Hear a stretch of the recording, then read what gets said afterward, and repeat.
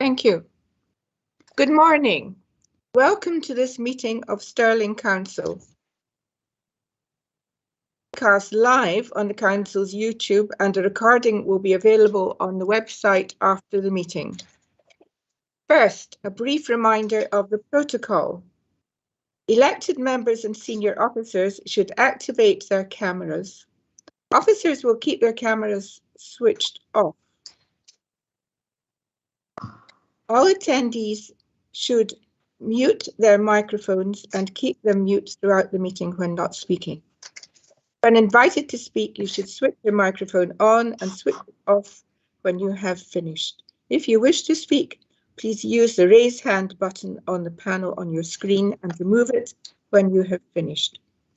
Could officers who are invited to speak please state their names and job titles. Members must not attempt to speak until invited to do so by myself. We will be observing the time limits set out in the standing orders, namely 5 minutes for proposing a motion, 3 minutes for seconding a motion, and 3 minutes for summing up. Also, members will be allowed 2 questions each, and a follow-up question will count as a second question. I will now hand over to the clerk to take the roll call of the elected members present. And a recording. Thank you, Provost. Councillor Benison? I am here. Councillor Benny? Here. Councillor Beryl? Councillor Beryl?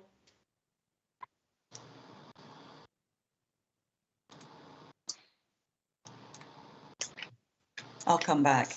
Councillor Brisley? Here. Councillor Davis? Yes, present. Councillor Dodds? Present. Councillor Errol? Present. Councillor Farmer? Present. Councillor Flanagan? I'm here. Councillor Gibson? Present. Councillor Houston? Present. Councillor Hutchison?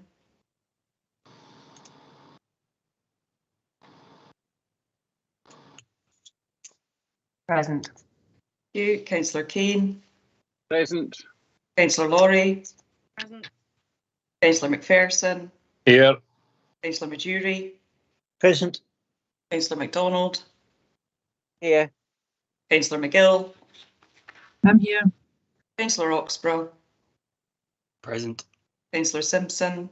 Present. Councillor Thompson? Present. Councillor Tollemache? Yes, I'm here. Thank you. Councillor Tweed? Present. Councillor Beryl? Have you joined us, Yeah. Councillor Beryl? Yeah, Thank present. you. Yeah. Provost, all present. Thank you. Thank you. So we have no apologies. Do we have any declarations of interest? No, I don't see any. Colleagues, we are all only too aware of the appalling situation in Ukraine and of the men, women and children suffering brutal aggression in that country. I regard this as an unprecedented crisis, and therefore I am raising the matter as urgent business. I will allow the leaders of each of the political groups, on behalf of their members, and the members representing the Green Party, ALBA, and the independent member, to speak on this matter if they wish to do so. And I ask them please to limit their contributions to 3 minutes. Councillor Farmer. Thank you, Provost, and it certainly brings this tragedy also real when I hear a constituent in Cambusburn whose parents are trapped in the vicinity of Kiev. You know, it was only a week ago or so where we marked Holocaust Day, Holocaust Memorial Day, and the horrors of that period during the Second World War. Unfortunately, we have not learned as humanity in terms of the depths that we can go, as we have seen in the Middle East, as we've seen in terms of genocide in Rwanda and in the 1990s in the Balkans. I am sure across the chamber we are shocked and horrified at the events unfolding in Ukraine. I want to send a clear and unequivocal condemnation of the vicious and unprovoked attack by Russian forces on the sovereign and territorial integrity of the Ukrainian state and call for an immediate cessation of hostilities. This is a blatant breach of international law, and I welcome the intervention of the International Criminal Court into crimes against humanity. The indiscriminate attacks on civilians with the alleged use of cluster bombs and heavy weapons is horrific. My heart goes out to the catastrophic and unnecessary suffering being inflicted on the Ukrainian people, and we stand shoulder to shoulder in solidarity with them. It was a poignant moment in Kozla, in Edinburgh, who are twinned with Kiev, where all 32 local authorities leaders supported a letter to the Russian ambassador condemning the unprovoked attack on a European nation and our united support for the Ukrainians. Stirling stands prepared to play our part in stepping up to the humanitarian crisis in partnership with both the Scottish and UK government and our allies. It was great to see the powerful symbolism of the iconic Wallace Monument lit up in the colours of the Ukrainian national flag. This sends a clear message of solidarity with the Ukrainian people during these dark days. I intend to keep party leaders updated with any requests over the recess period as this tragedy unfolds, and I so wish that it comes to a swift conclusion and that those perpetrators are dealt with in due course. Thank you, Provost. Thank you. Councillor Benny. Thank you, Provost. Councillor Farmer has eloquently put the issues in terms of what was said at COSLA the other day together, and I think we would all stand behind him and stand behind COSLA and indeed our leadership at the governmental leadership in terms of their actions at the forefront of imposing sanctions and indeed the military assistance in terms of equipment which is being made available. The scenes of barbarity and destruction which we're seeing the Russian army and from Vladimir Putin's Russia perpetrate across Ukraine is heartbreaking. It is heartbreaking to see that happen in a modern European country, to see that happen to cities that we have an affinity with, and to see that level of destruction wrought upon those places and those people. But there are also scenes of humanity and hope. I'm sure many people will have seen the story this morning of the Russian soldiers captured in Kiev, where the women who'd captured them phoned their mothers and let them speak to them. And that's the kind of humanity and hope which will take us through this, because we must remember that this is not the actions of the Russian people. This is the actions of the Russian government. This is the actions of people who are trying to create division and sow division in our world, when actually the things that unite us in terms of our humanity are significant. When I look at the reaction which has happened here in Stirling, and Councillor Farmer's already mentioned the Wallace Monument lighting, which was an inspirational moment in terms of showing our solidarity, but the practical work that's going on, I know that Councillor Dodds has been working with Councillor Tolmash and others with regards to sorting out donations in Bridge of Allen, which have been going to a hub in Denny for distribution to humanitarian actions in Ukraine. And I would also urge members to take a look at the Red Cross, who've been seeking donations to help alleviate the suffering in the Ukraine. And these are the practical things that we can do, and the practical things that our communities across Stirling are stepping up to do, to show their solidarity, but also to show their support and to actually do support to make sure that the people of Ukraine are supported in this time. It's a blank check to work together here, Scott, in terms of working together on this issue. We need to do everything that we can do, anything we can do, to make sure that we alleviate the suffering of the people of Ukraine. And I feel very strongly about that, and I'm sure members across the chamber feel equally strongly about that. So I do hope that we can work together on all of that. Thank you, Provost. Thank you, Councillor King. Thank you, Provost. Provost, I stand with the people of Ukraine. We stand with the people of Ukraine. It is absolutely unbelievable that this is happening in Europe today. Do you know, I try, no matter how busy my day is, to sit down with my kids for dinner at night. And this week I've been trying to answer their questions as to what's going on and why is it going on. And I find myself at a loss. And I find myself troubled that I don't understand why this has to happen today, and my kids don't understand, and we have no answers. But what we do have is resolve to stand together across Stirling and across Europe and across the world to say to President Putin, stop this madness and stop the war in Ukraine. I saw the Wallace Monument lit up in the Ukrainian colours, and I was proud that we were able to do that, and proud that we were able to show such a visible sign of Stirling's resolve to stand up and be counted. And I was equally proud to see all of the social media messages coming in asking for assistance, asking for people to come and donate items for the convoys that will head to Ukraine in the coming days. I vividly remember asking my father, when I was about the age of my son, who was 12, questions about the Iron Curtain and questions about communism in Eastern Europe. And I asked him the question, Dad, do you think the Berlin Wall will ever fall? I suspect this was sort of 1987. And I don't know why this sticks in my mind, but he says, not in my lifetime, son. I doubt it will fall in my lifetime. And 2 years later, the war was gone. That's the sort of hope that we have to hold on to together, that when we look at the bleakness that is happening in Ukraine today, it will end. But how quickly it ends and with how much bloodshed it ends is really up to the Russians. And as I said at the beginning of my statement, I say it again, I stand with the people of Ukraine. We stand with the people of Ukraine, and we call on Putin to end this madness now. Thank you, Provost. Thank you. Councillor Thomas.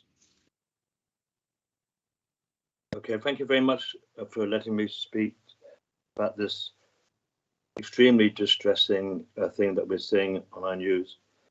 I just wanted to start off by saying a personal thing, and Councillor the Cane talked about his father. Was it your father or your grandfather? Actually, we get that now. But my but my father was a Russian translator in World War II, and he worked with the Russians against Nazi Germany, and he would be absolutely shocked to see what is happening now in Ukraine. Ukraine was taken over by the Germans and was bombed by the Germans. So there is actually a repeat of the carnage that is going on now. So I wanted to, all that's been said, so far, I want to concur with, and to say we must do all that we can throughout the UK, throughout Europe, to stop this now. I was very shocked to see on my Twitter account last night a lady being arrested by the Russian police who had actually been in St. Petersburg in World War II. What I also wanted to talk about is Stirling's response. Now, there has been a lot going on in Bridge of Allan, which people might know about, but we regard this as Stirling's response. And that response has been an overwhelming response.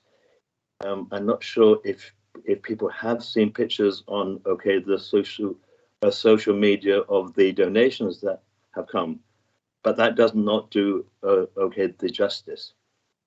So I want to actually speak to all the political leaders of the council today. If we could have meeting sometime tomorrow to discuss Stirling's response, because I think the Bridge of Allan donations, which have come from as far as the Cumbernauld, is Stirling's response. So please, can we do that? Scott. Can we do that? So I just wanted to end is democracy is at stake here. We take our democracy as sometimes for granted. We as councillors enter the democratic process, and we are elected okay through that. So let's stand for peace, but peace which has a cessation of all violence. Our hearts are with all those people affected by that, but let's stand up for democracy now. Thank you. Councillor Bennison.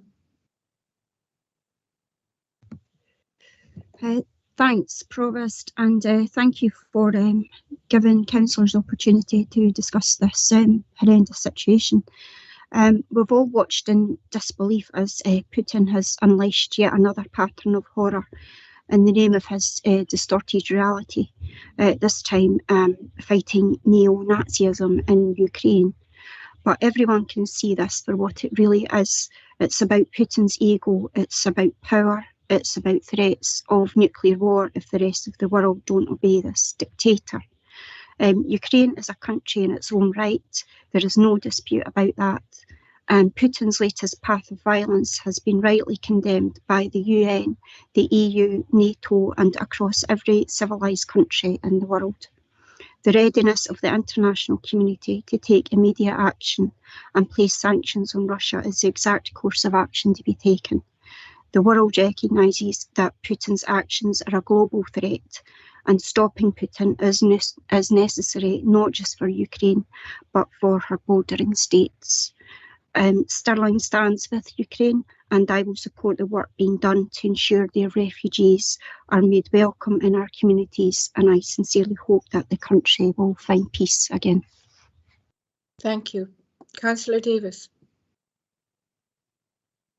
Yes, thank you, Provost. I certainly echo all the comments that have been said about our solidarity with the Ukrainian people, and I agree it's unbelievable that this is happening in a modern Europe when we all thought this was behind us.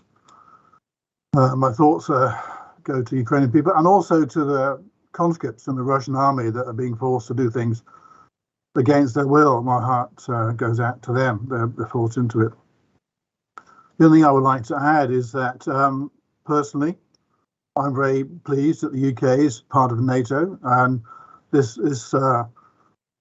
incident has shown how fragile small countries are, and being part of an alliance certainly gives comfort to us and the smaller countries of Europe. There's no doubting that the Baltic states and other Eastern European countries are very appreciative of the support from NATO, and we should not forget that. Of course, I condemn anyone who apologises for the Russian actions, and has been quite surprised to that.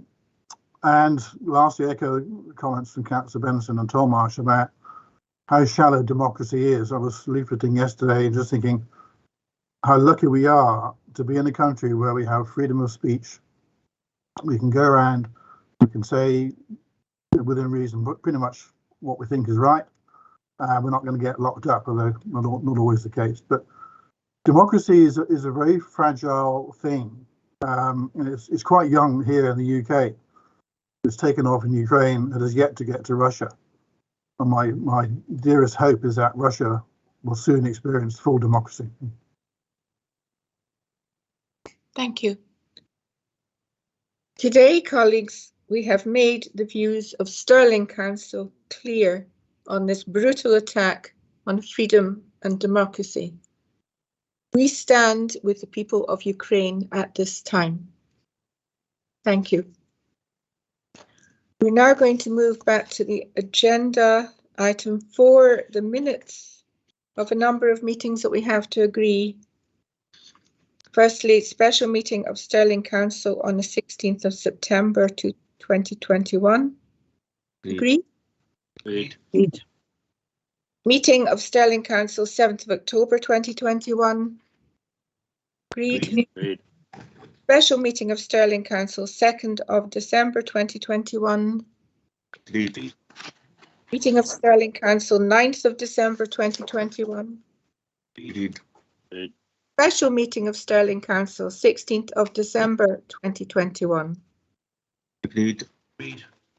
Another special meeting of Stirling Council on the 17th of December 2021. Agreed. Ad hoc scrutiny panel 2nd of February 2022. Appointments panel 31st of January 2022. Agreed. An appointments panel 4th of February 2022. Agreed. An appointments panel on the 10th of February 2022. Agreed. Audit committee 27th of January 2022. Agreed. Agreed. Planning and regeneration 3rd of February 2022. Agreed. Local review body 10th of December 2021. Agreed. Public safety committee 20th of January 2022. Agreed. Agreed. Thank you. We now move on to written questions. We have one written question from Councillor Davis to Councillor McGill. Councillor Davis, do you have a supplementary? Yes, I do. I'm just going to ask Gavina whether she thinks it's not disappointing that the SNP is taking such a mean attitude to this funding. We're in dire need of making Stirling attractive to young families, and this to me sends out a very negative message about the importance of childcare. Do you want to comment on that? I don't really agree with you. Stirling has got a very, very, very good reputation for early years and childcare. We're held up as an exemplar nationally. We have very good establishments and relationships with our partner providers. You'll be aware that we've been successful in entering the pilot for deferred entry. So from the new academic term, anybody from August, anyone whose birthday from August onwards is able to apply for a deferred entry place, which means they can stay in nursery for an additional year if the family so choose. I think we've got an excellent offer, and coming down the line, the programme for government is a universal provision for 1 and 2 year olds. So there's still a lot of development to do. I think we've done fantastic. I think the team has worked extremely well in the smooth transition to 1140 hours over the last few years. And I think the offer we have is really very good in Stirling. And you'll notice from the answer to the question that there's a number of local authorities who have different arrangements and a number of local authorities who follow the government guidelines, which is what we do. Thank you, Councillor McGill. Moving on to question time. Questions from the volume of minutes. Do we have questions? Councillor MacDonald. Thank you, Provost. Page 67 of the minutes. All right, on the agenda, actually, it's in the previous minute. I asked a question about resilience and working with and consulting with communities, and Councillor Farmer agreed to do that. Will you commit to doing the same on future big decisions like Beaufort Link Road, workplace park charging, massive service changes and budgets? Sorry, was that to me? Yeah. Yeah. In terms of Viewforth Link Road, that is off the table. That is any view on that would be taken by another administration. The next administration, no doubt, will have various consultative mechanisms in place to consult members and the communities in terms of how they go forward. But that is a matter for the next administration as we go forward, Councillor. Thank you. Councillor Davis. Thank you, Provost. I think this is a question for Councillor Thompson. Page 26345. The replacement of the refuse vehicles. In this ward, we've had huge problems in the bin collection. I was told it was because all 6 of the smaller refuse vehicles were out of service. Can we just? I presume that was the old truck. New trucks aren't here yet. Can we get some clarification on when the new trucks are arriving to alleviate this situation? It's not something I have to hand, Councillor Davis, but I'll certainly get the officers to give you that update. Thank you.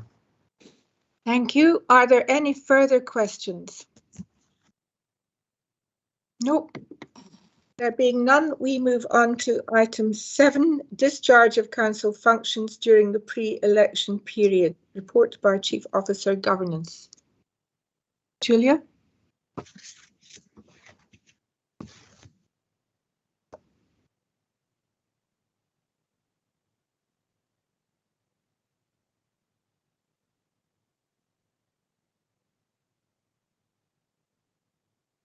Can't hear you, Julia.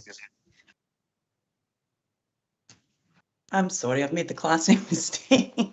For the last council meeting, I do apologise, councillors. What I was saying was this is a procedural paper to deal with the arrangements in the pre-election period to ensure that core council business continues to function during that period of heightened sensitivity. You'll see that there are particular arrangements made to ensure that core statutory business goes through. We're relying on the scheme of delegation recess procedures, which we use generally for recess. So I'm happy to take any questions. Thank you, Provost. Thank you. Questions to the officer? No, I don't see any questions. Can we agree the recommendations on page 109?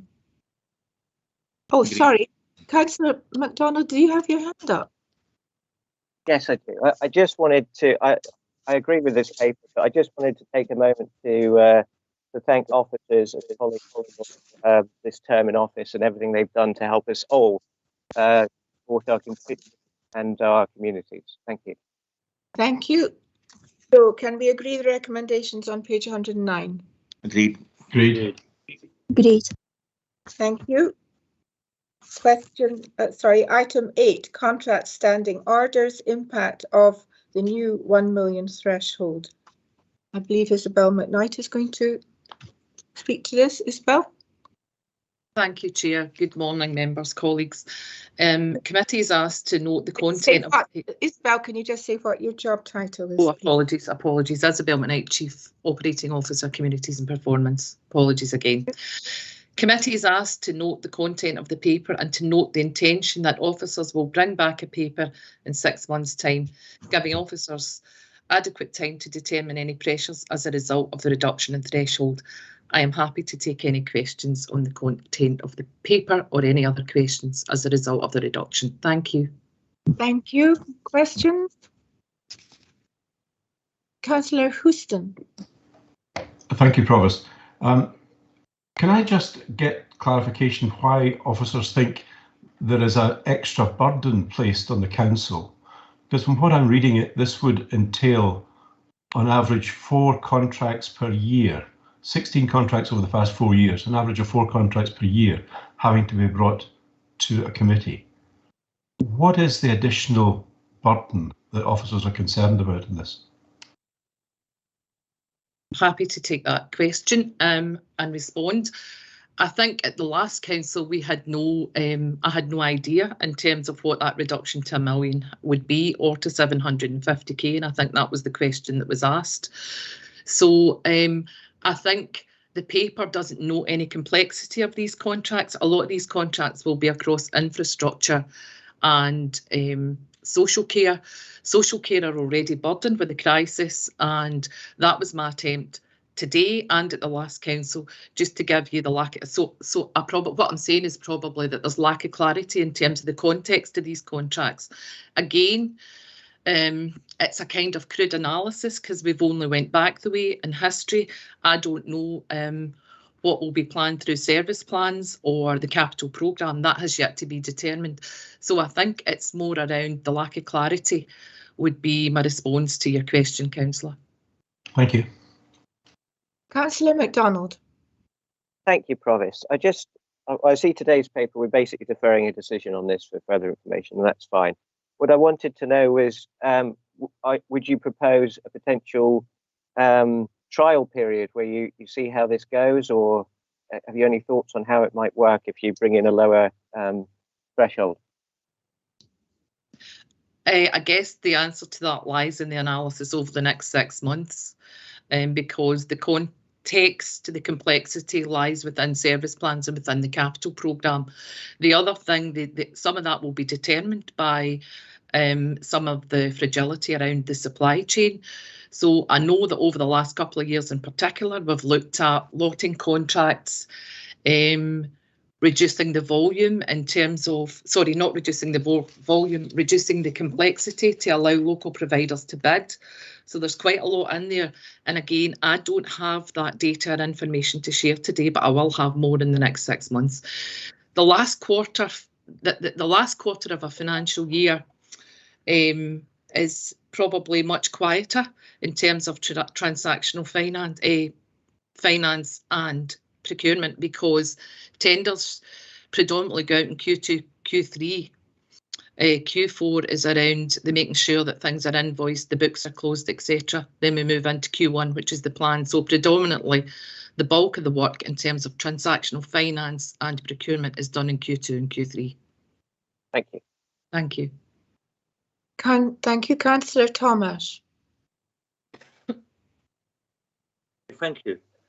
I just wanted to ask you, Isabel, at the last Environment Committee, we had a paper on the buses for the park and OK ride buses, and I think there was quite a shared opinion at that meeting that we were asked to make a decision when the contract was only ending 3 or 4 days after the committee making a decision. Whatever review is done and whatever look at, please can we review a timescale thing that when councillors are asked to make a decision on a important the contract, that there is sufficient time for them to make a decision without, frankly, being in a no-win situation. Because if we had then rejected what was the contract, that park and ride perhaps we wouldn't have been able to continue. So please can I make a plea that we consider that. Thank you. Yeah, that's precisely what this paper does. In the previous paper is to make sure that the approval is up front of any process. I think the particular contract that you refer to comes at the back end, which is not where we should be. So that's the last of those type of contract award approval papers that will come to council. So that already has been changed in the contract standing order. So the decision will need to be made up front prior to tender opportunities. Thank you. Thank you. Councillor Benny. Thanks, Provost. Yeah, it was with regards to a similar issue. It was just to point out at 1.3 that we actually approved, 1.2 of the paper, that we did actually at the last meeting of the council approve that instead of taking these decisions once the contracts are all let, that we would actually take decisions in terms of what our expectations of the outcomes will be from the procurement exercise at the start, which should make the entire process significantly less complicated for officers, because the entire point of that is that you have the strategic discussion and the officers go away and do the technical exercise of the procurement, which is about, fulfilling those objectives that we've set. This is why I'm a wee bit confused about the issue about complexity, because the numbers that are here at 2.1 seem to indicate that there was we're only talking about 16 extra contracts. There was 27 contracts beyond 1.5 million. This additional 16 contracts is probably counteracted in terms of the complexity by the fact that it's going to be significantly simpler. And I'd appreciate your thoughts on this, Isabel, because the simplicity of taking these decisions up front and then allowing procurement to go ahead with that allows the planning to be done in a much more flexible way, and also reduces the risk to procurement in terms of coming back and getting a negative decision from council. Well, to be honest, councillor, I don't agree. I think it is more complex. However, to do that up front and to have that approval at the beginning of a process, I think it's more prudent, but I think it's less complex, would be my view. It is, I think there's much more transparency up front, but I think it does bring complexity. But I would welcome some of the complexity because it's more transparent. So I don't know if any of my colleagues who represent the services have a different view, but that would be my view. Brian Roberts, do you want to come in? Yeah, thanks, Provost. Brian Roberts, Chief Operating Officer for Infrastructure and Environment. So I would just support what Isabel said in terms of the start of the process. I think certainly, Councillor Benny, the point you're making is for future contracts, we can plan that into the procurement stage to the service specification stage. Obviously, when it goes to committee for approval of the specification, etc., there is a possibility for the committee to ask for further work to be done, which could extend in that process. But that's the whole point of having the scrutiny at the beginning. Linking back to Councillor Tolmac's point about the Park and Ride contract, as was discussed at the Environment and Housing Committee, the issue that we had with that contract is that the tender process had started before the decision of Council to effectively change the threshold. So it was due to that decision that was taken to reduce the threshold at the same time as changing the process to have the scrutiny at the beginning, that project and that tender was caught in a position where the decision had to be taken just immediately prior to award and effectively at the end of the process because it was fully compliant. Council had to award the contract as per the tender process. So that's to explain that one, and just to again support what Isabel was saying in the process. I think the complexity we've got with this paper is that at the decision in December, Council did ask for a paper to come back to ask for the implications, and obviously until we set up the budget papers this afternoon and there's decisions on what's going to be in the capital programme, we then as officers need to then have the forward look and say here's the projects that would then be required to come forward to committee, and we could build it into the plan, and that's why Isabel's proposing that it would be a follow-up paper that would come back that would just set out how that would be taken going forward. Thank you. I see Drew Leslie has his hand up. Drew, do you have something to add to what's been said?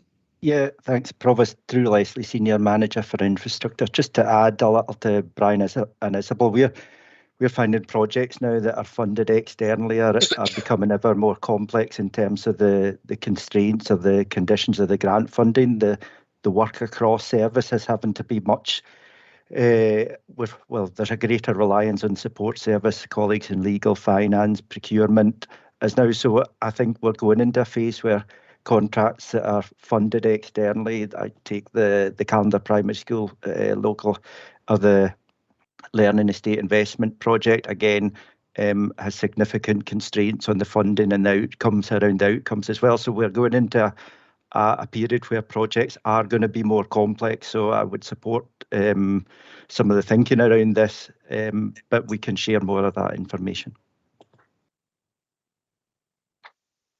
Thank you. Councillor Maturi. Thank you. Yeah, well, yeah, just similar to the points Councillor Tolma and Councillor Benny's made, but yeah, perhaps Environment and Housing's been unlucky because I think prior to the buses contract we had a similar issue with the waste refuse vehicles contract, or maybe a different contract, but we were essentially told at committee that we couldn't vote against it. Well, we couldn't. A majority of us couldn't vote against this because it put it in a very difficult position from that. So I think it's right that we're bringing it forward and we'll have an end to those types of decisions that we saw recently and in the past. From that, I'm just wondering if the report in 6 months' time would also include the impact of lowering the threshold again. I mentioned sort of $750,000 from that, so we've got that fuller picture of should it be 1.5, should it be 1 million, should it be less from that. Thanks. Right, Councillor Maturi, that was a question, but could you just articulate your question again? Yeah, so the actual question, just if the report in 6 months' time would also include the impact of reducing the threshold to $750,000 as well as the 1 million, 1.5 million options. Thank you. Yes, happy to answer. I can build that into the process. Thank you. Councillor Barrow. Thank you, Provost. Yeah, some concerns have been expressed by officers as to the amount of work that this might bring them, which I can understand and sympathise with. But I think they should regard it more positively. I think they should look at the positive aspects of this, because I believe this can be the discipline involved in clarifying your thoughts, preparing a simple, structured paper to take to a committee, or the council. It's a lot of work. It's additional work, perhaps, but I think it's a useful discipline, particularly in the case of these complicated contracts, because it forces you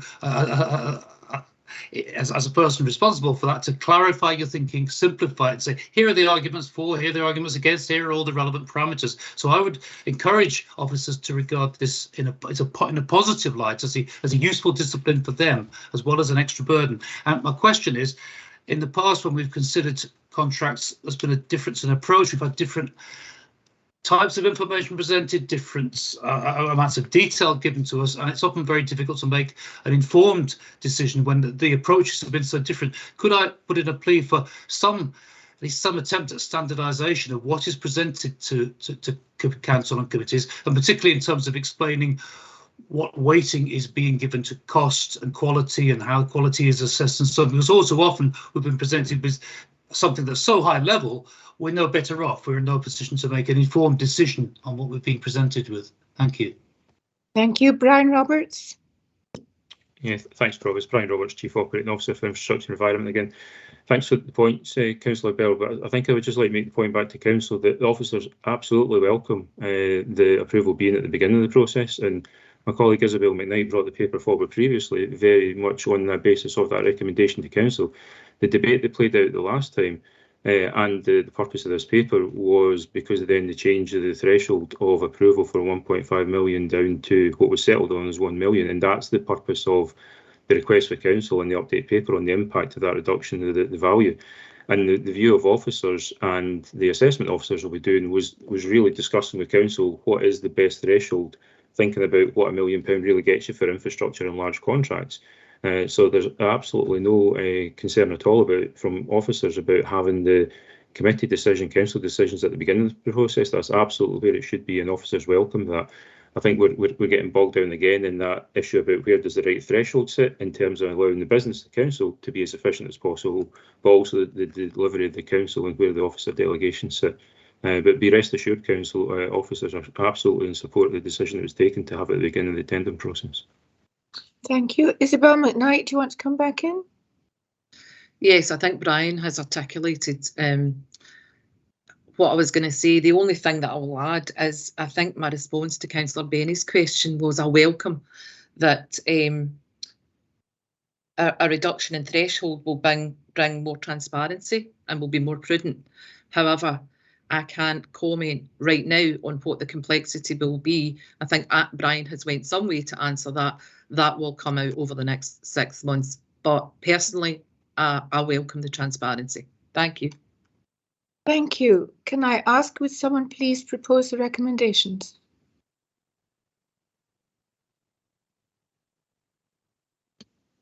I'll move the recommendation. Thank you. Is there a seconder? Yes, I'll second. Thank you. We now move on to item 9, which is Stirling's economic strategy. Report by Senior Manager, Economic Development and Communities. Thank you, Provost. Morning, members. Stuart Oliver, Senior Manager for Economic Development and Communities. So this report presents Stirling's proposed new economic strategy along with a support and action plan for 22-23. Members are asked to offer any comments they might have at the moment and ultimately to approve the adoption of the strategy as the Council's guiding document for our future economic growth activity. Happy to take any questions. Questions to the officer? Councillor MacDonald. Thank you, Provost. I just wanted to ask a bit more detail about transport, certainly in the rural area, and the finishing rollout of broadband. In Strathfillan, for example, they are very, very late in the programme, and what we can do to get these more rural and remote areas into the transport and broadband. I think these connections are really important. So a bit more on that picture would be helpful. Thank you. Sure. So in terms of transport, first, obviously, that's a a major consideration that obviously transcends an economic strategy, although it's ultimately core and vital to economy. So there's a lot of work going on across the various different agencies, and there's a piece of work done recently that's mentioned in the strategy in terms of the Forth Valley Connectivity Commission to look at what are the key issues in terms of that physical connectivity, and ultimately to come on to, well, what are the solutions that we can look at to try and make that work, because there's two sides to that. Obviously, a lot of focus is going to be on the principles of 20-minute neighbourhood type activity to make sure that the services and facilities and opportunity to work within our local areas and towns, but equally there's no denying that people need to travel in and out to the larger centres, and that needs to be something that's addressed, because we know there's significant issues there. In terms of the broadband, yeah, it's a continual kind of piece of work which has been going very well in terms of finding solutions for hard to reach communities, and there's been notable success over the last few years in that. But of course, we won't stop until every area of Stirling has the level of connectivity that it needs. So our own rural broadband programme continues, and the specific schemes that are mentioned within the action plan for this year are those that are furthest forward and that we can be confident would be delivered this year. But we continue to work with all the communities to look at that, and obviously we continue to work with the national programmes and agencies as well to try and make sure they're progressing as fast as they can to bring those additional solutions and provide opportunity. Thank you. Thank you. Councillor Davis. Hi, thank you, Provost. Stuart, on page 137, you talk about the ambitions to net zero in 2045. I have real concerns about the cost of this. We're already seeing, I think it's 17% of Scotland in fuel poverty, and that's before the massive increases in gas and electricity prices come through this quarter. If we're really talking about decarbonising, as you hear, that means a big increase in electricity generating capacity as people move away from gas to go to heat pumps and whatever. And the move we've seen so far with increased renewables in terms of solar panels and wind turbines has not led to a reduction in prices. In fact, prices have gone up. So, and as Councillor MacDonald said, rural areas have a particular problem with transport and moving heavy goods around, and it's difficult to see diesel trucks and vans being replaced that quickly. But the real challenge is going to be home heating, which consumes far more power than transport. So I would just urge that we must maybe moderate our ambitions in net zero and go as fast as we can afford, not just for the middle class, but for the less well-off in society who don't have the option of leasing a fancy electric car. They just have to put up with a 10-year-old banger that runs on diesel or petrol, and putting up with the massive increases in prices we've seen already. Councillor Davis, do you have a question? The question is, can we moderate our ambitions towards global net zero? I think, Councillor, it wouldn't be for me to moderate targets and ambitions, and I certainly think it's really important that we try and get there as quick as we can. But certainly, I can give the assurance that it is being discussed. It's been discussed in the development of this strategy, and it's been discussed at our climate board that there can be impacts on disadvantaged groups unless this is managed properly and all things considered in terms of every policy and every action that we're trying to deliver, and that comes under the term, I suppose, that's been used as just transition, which tries to make sure that no one's disadvantaged by our efforts to get to net zero. So I can give the assurance that it is being fully considered. It's not net zero at all costs. We have to make sure that those residents and people of Stirling who could potentially be disadvantaged by some policy are fully considered, and that we take these things kind of one step at a time to make sure that we don't exacerbate any disadvantage. And of course, core to the economic strategy you'll see here is to really think about how we properly, meaningfully and sustainably tackle the gap we have. So that's going to be considered at every point. Thank you. Councillor Thomas. Okay, thank you. I just wanted to ask a couple of questions. I think they're slightly linked. In the introduction to the purpose of the strategy, that is to be thriving, sustainable, and okay, inclusive. Can I ask one question about the city centre, which is a key component of Stirling being thriving, sustainable, and inclusive? And if you can make a comment, perhaps you comment on the question I'm going to ask you. But do you think the approval of a supermarket in Springcurse, recently, is appropriate in the sense that, so I'll rephrase that perhaps so you can answer the question. Is that decision in line with this, the policy that's outlined, especially in the development of the town centre and the food strategy? I think what I would say is so many different elements that make up an economy that we're looking for, and people all different views and people have different reasons for approval. You know, the opportunity for jobs, well-paid jobs, and jobs that offer some flexibility is positive. It all needs to be managed together, and all I would say is the officers will work on the positives. We'll work on what we've got, and we'll continue to focus on the things that we can do.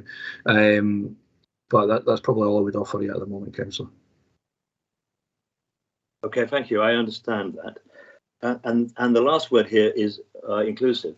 Can you say what way people who are not included now, by the end of the term of the strategy, will be more included in the jobs, into opportunities, etc. for Stirling?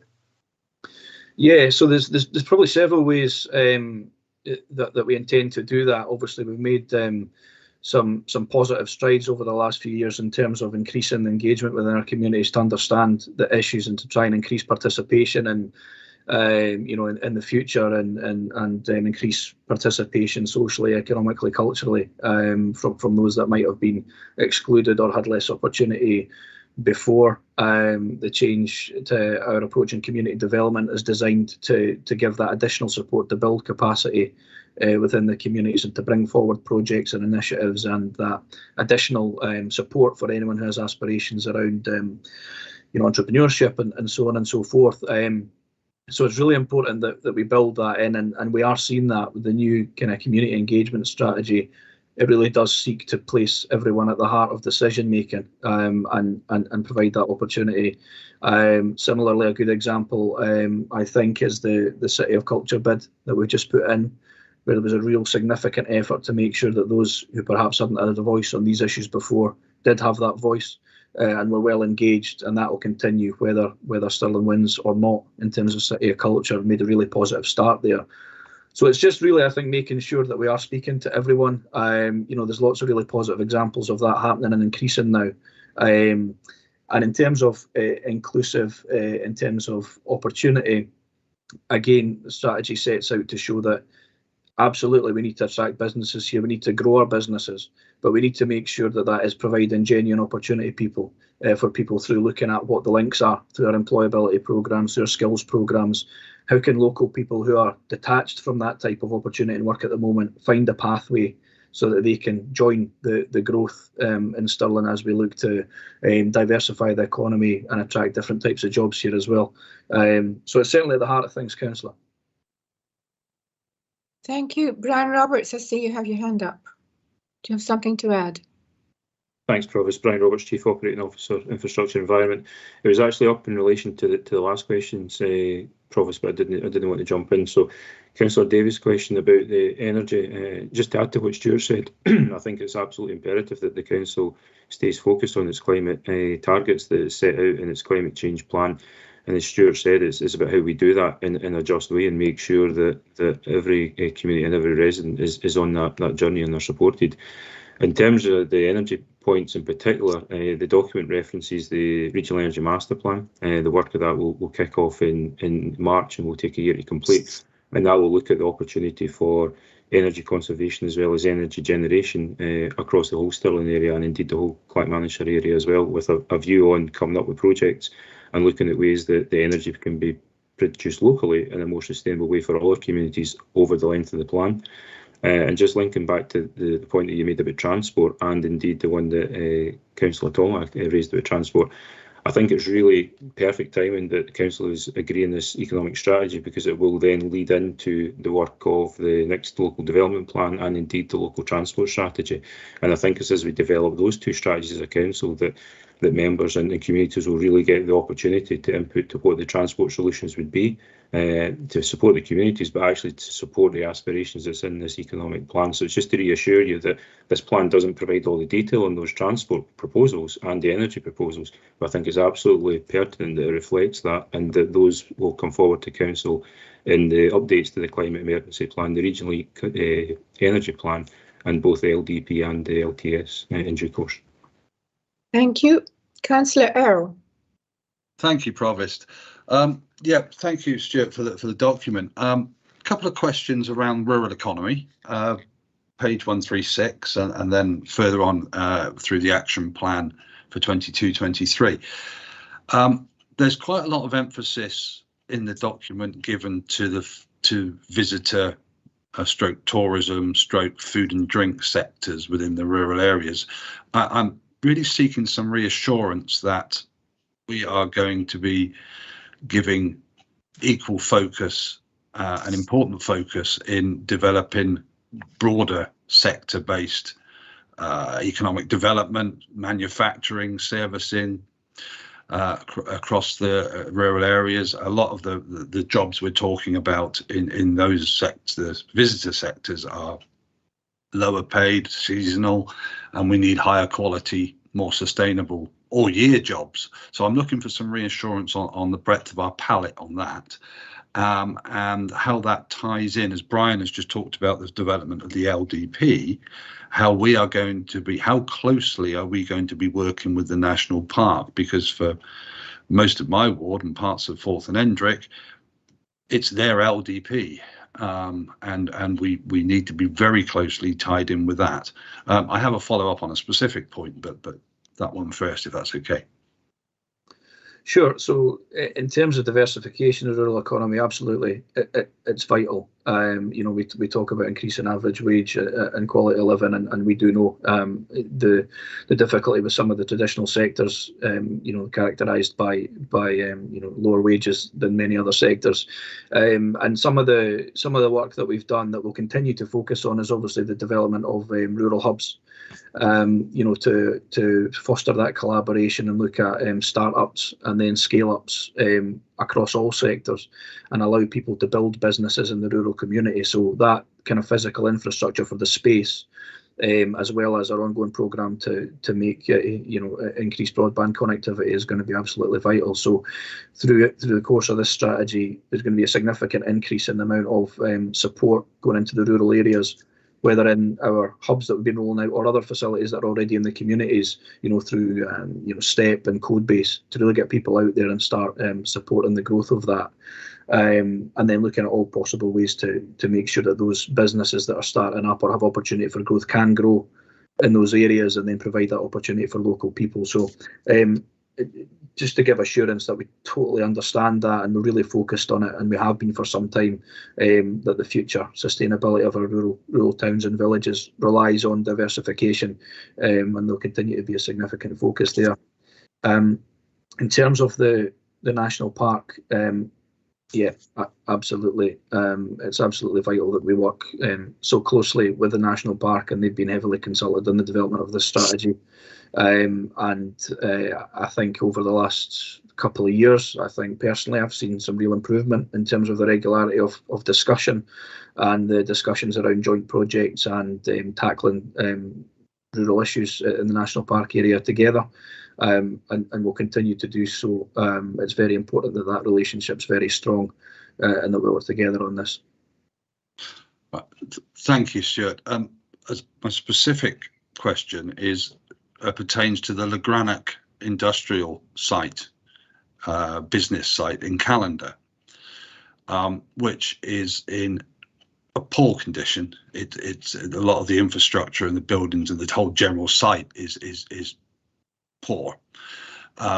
So I'd like to, see that we're going to do something specific about that, redevelopment of it, relocation of it, something that's actually fit for purpose in the 21st century in one of our most important rural economic hubs. So are there plans to bring the Granic site and what it offers up to speed? Yeah, it's been looked at, and it's been looked at specifically in the context of one of the actions, which is development of specific economic action plans for our towns and villages. I know there's different plans in place for these places, but what we propose there is that these plans are going in and really picking up on maybe the 3, 4, 5 key areas of opportunity or challenge in terms of what could bring the best possible growth. And obviously that site in Callander is one that's known to us, and it's a challenge, but as you say, it's an opportunity for us to look at that, because if we can get that right, the significant potential there, for the economy of Callander and quite far surround. So yes, it's on the radar. Thank you. Thank you. Councillor Farmer. Thank Provost. Stuart, I certainly welcome this economic strategy and the input from a range of stakeholders. So that the emphasis is this is not a council economic strategy, it's Stirling's economic strategy. But obviously, in terms of evidencing the progress of that is going to be critical. And I see you are going to be developing and implementing a performance measurement and evaluation framework, and I was just wondering, in terms of the extensive work that's been going on in developing performance and monitoring frameworks with the city deal, that much of the learning from that, it would be sensible to have that aligned very closely in terms of methodology, and I just wondered what your views were in relation to that.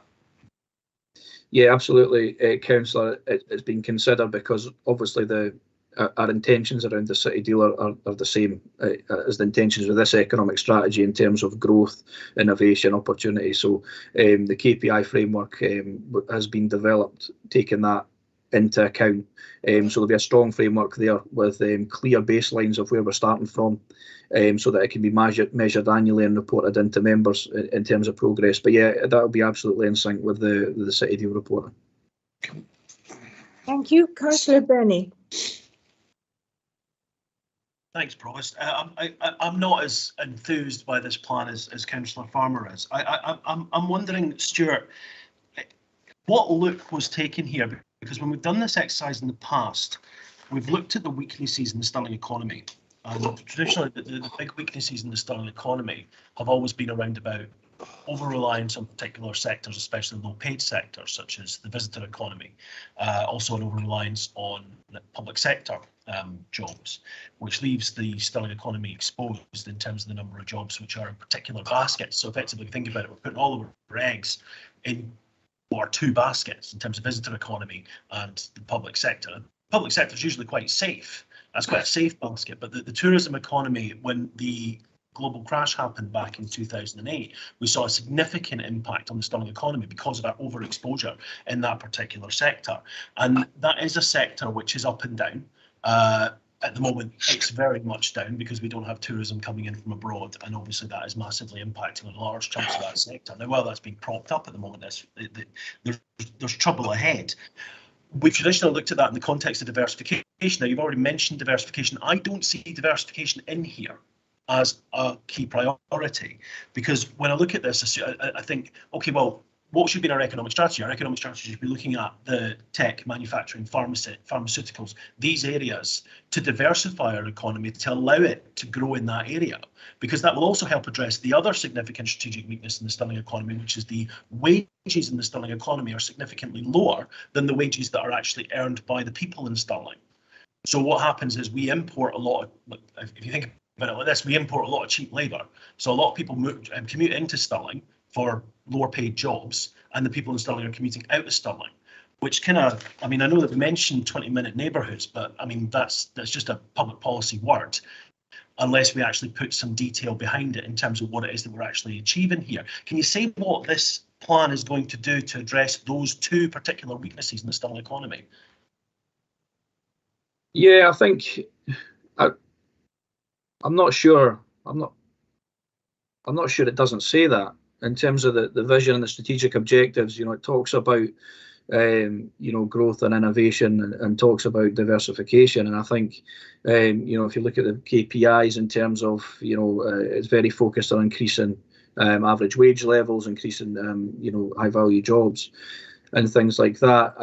So I think in terms of a vision and strategic objectives, it provides the framework for us to focus on that, and certainly that's what officers and partners will be focused on. The action plan is something obviously that'll back it up, but that'll change and refresh every year. These are long-term kind of changes, and if you look at one of the results highlighted, for example, is the doubling the size of the jobs in the digital sector over the last 4 or 5 years. So these things take some time, and by focusing on some of the other high growth sectors, we'll seek to get there as well in other sectors, and I'm confident that we can do that. Thank you. Councillor Kane. More of a comment, Provost. Do you have any comments? No questions at the moment, please.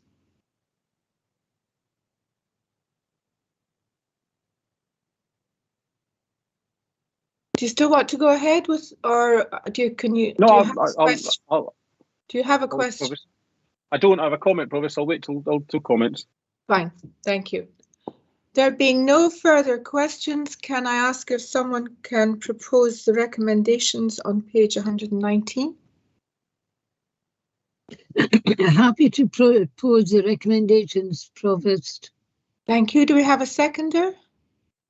Yep, happy to second, Provost. Thank you. I can now offer comments. Can we have, Councillor Kane, you wanted to make a comment? Just to say, Provost, that I welcome this strategy. Looking at 2.1 of the considerations, it says, well, Stirling Council has led the development of Stirling's economic strategy. It is not a strategy for the council alone. And I think that's a key thing when we talk about Stirling's economy. We all have a role to play. You and I have a role to play. Stuart Oliver and his team have a role to play. The businesses that already exist in Stirling. I just wanted to use a phrase that I'll use every opportunity I can. Shop local. I recognise that the internet offers great deals, and I too await the Amazon delivery truck when they come with deals. But I hear all the time, as others do, that the town centre isn't what it used to be. There's no as many good shops in the town centre. It's no as good to shop in Stirling. If we make these comments and then rush home for the Amazon delivery driver, it's a self-fulfilling prophecy. So whilst I too like the benefits of the internet, I would just urge everybody, wherever they can, to shop local. There are some fantastic businesses in Stirling, and if we have more shopping local, we will have more, which hopefully will attract some of the high-paying jobs that Councillor Benny's talking about, which makes Stirling a better place to live. My other comment, Provost, is Councillor Benny, you mentioned tourism. I think you said strategic weakness when we were talking about the over-reliance in tourism. I recognise that tourism is not sometimes bringing as high-paying jobs as we could if we had the next eBay. But I look around Stirling and I'm absolutely amazed at the tourists, the tourism potential that we have, and we should never forget that, and we should celebrate that. They may not bring the highest paying jobs, but it is one of our core strengths that we have a tourism infrastructure that others would kill to have. And sometimes we talk that down economically. And I think we should be careful of the words that we use. So whilst I agree entirely, Councillor Benny, that we do need to bring in the high-paying jobs, and I agree with that, I just urge us all to be careful with the words that we use with tourism. It's fantastic what we have in Stirling, and we should celebrate it. So shop local, come visit Stirling, enjoy the tourism that we have, and what I say to everybody, that Stirling's open for business, it's open for relocation, it's open for development, and as the City of Culture bid has shown, we have got something to offer the world. We just need to come and see it. Thank you. Councillor Benny. Yeah, Provost, I think, you know, if you listen to what I was saying, Councillor Kenny, I was actually talking about an over-reliance on particular sectors. It's not that tourism is a strategic weakness in the economy. It's the over-reliance on tourism that's an issue, because over-reliance on any particular sector is a strategic weakness, and we have an over-reliance on tourism in our economy, and an over-reliance on public sector in our economy as well. When you look at the broad sweep on our economic strategy and how we provide jobs into the long term, this isn't about selling each other cups of coffee. This is about fundamentally developing and allowing products and putting in place the infrastructure for products and services to be developed in the Stirling economy that can be sold around the world. And so effectively, I hope we can move away from the shop local, because I would really like to be saying to other people in other parts of the country, don't shop local, buy Stirling products, because we need to be selling Stirling products around the country and indeed around the world. And when I look at some of the things that we have developed here in terms of our services, in terms of our manufacturing sector, in terms of any time that anybody buys a kitchen from B&Q, it is generally made here, and that's to be celebrated. That is to be celebrated, and the jobs that are provided from that are to be celebrated. We should shop local because we do want a vibrant and healthy city centre, and that is an end in itself, and I don't disagree with it. But what I'm saying is that I want our products not to be local products. I want them to be national and global in their scale. And I just worry a little bit about this plan. It's fine. It does have it in it, but it's not explicit in terms of an objective to diversify the economy and to build up our resilience in terms of digital, in terms of manufacturing, in terms of pharmaceutical, in terms of actually our construction industry is in here as a strength that is actually not the strength it once was. We need to build these things up. We need to allow these things to be built up, and we need to make sure that our local development plans, our local transport strategies are geared up to that diversification agenda. And I worry that they're kind of not. And they kind of won't be, because this plan does seem to be a bit scattergun. Now, that being said, I'm not going to oppose it because it does the job, and you know, not having an economic strategy is a heck of a lot worse than having one which is not quite right.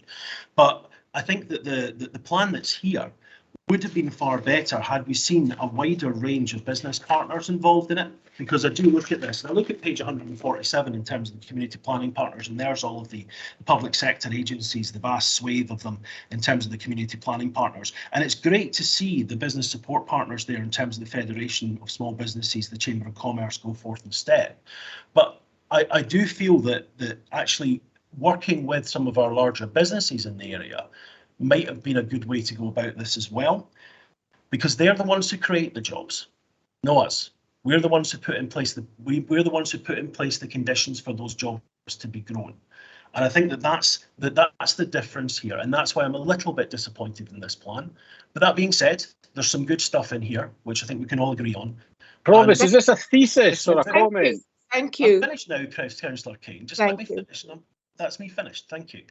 Thank you. Councillor Farmer.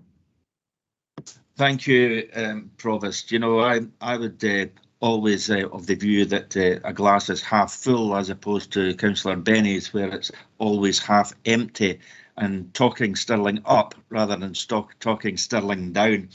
This is an iterative process and a dynamic document, and diversity is at the heart of our economic strategy, and we've seen that demonstrated in terms of us seizing the digital agenda and the opportunities that are open to us there.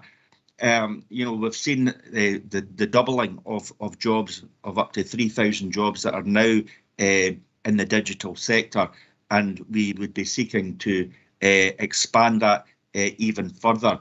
So I believe that this forms a framework which will encourage both indigenous economic growth and also provide a firm framework for our ambition and our vision to attract inward investment as we go forward. So I welcome this document, and there's a lot work to be done behind this document to make this document a reality and to make our vision a reality, to have a more resilient and robust economy as we move forward. So I welcome this, Provost. Thank you. Thank you. Councillor Thomas. Thank you, Provost. So I think this is an opportunity to attract people to Stirling, to have the right type of jobs here. But I think there's an inconsistency with saying shop local, and I support Councillor Kane almost, okay, word for word what Councillor Kane said. But the decision to have a new supermarket in Springcliffe, okay, I think doesn't fit in with the food strategy of the council. And actually, okay, all of us, and I think that's okay, every councillor who wants Stirling's, okay, the city centre to be, okay, vibrant, wants to see people shop, okay, locally. I'm just speaking to a person who's involved with, okay, the Made in Stirling, and they're doing exceptionally well at the moment. So there are some good news, okay, stories for Stirling, and we should, okay, promote them. But please, can I plead for a consistency? And I think the decision on, okay, the supermarket is not consistent. Thank you, Councillor MacDonald. Thank you, Provost. Yeah, I will support the plan today, but I think that it's true that we only can provide the infrastructure, build it, and they will come. That we can't create the jobs. That's for the businesses to do. But the two things I'd ask for out of this plan as it develops further, and it will, is that we really focus on how we can do support the rural communities and allow people to work at home and give them that infrastructure. That's really important. And also, as a final statement on this, I think it's important that we actually create the correct prospectus, the right prospectus, to go and sell Stirling to the rest of Britain, so that we attract businesses from all over the place and people coming in and investing in our city. So, and rural area, of course. So the rural area and selling Stirling is what I'd like to see developing out this plan. Thank you. Thank you, Councillor Tweed. Thanks, Provost. And for the record, I am also the MSP for Stirling. I should have said that at the beginning, but my hand wouldn't go up for some reason. Yeah, I very much welcome the strategy. I think there's a lot of good positives in there. What I would say is that Stirling is definitely punching above its weight right now. During the pandemic, there has been 44 new businesses set up in Stirling. I think that shows the positivity around Stirling and what it has to offer. Absolutely, shop local. That's what we need. That needs to be our message. And I think it's wonderful. And I think it's a good strategy. And I think it really puts us in the right direction. Thank you. Thank you. Can we agree the recommendations on page 119? Agreed. Agreed. Agreed. Thank you very much. Moving on to the next item, item 10, the ad hoc scrutiny panel on antisocial behaviour. Bryony. Thank you. It's Bryony Monaghan, Interim Head of Education and Independent Lead Officer for the ad hoc scrutiny panel. The paper provides Council with the summarised findings of the ad hoc scrutiny panel formed to review current policies relating to antisocial behaviour.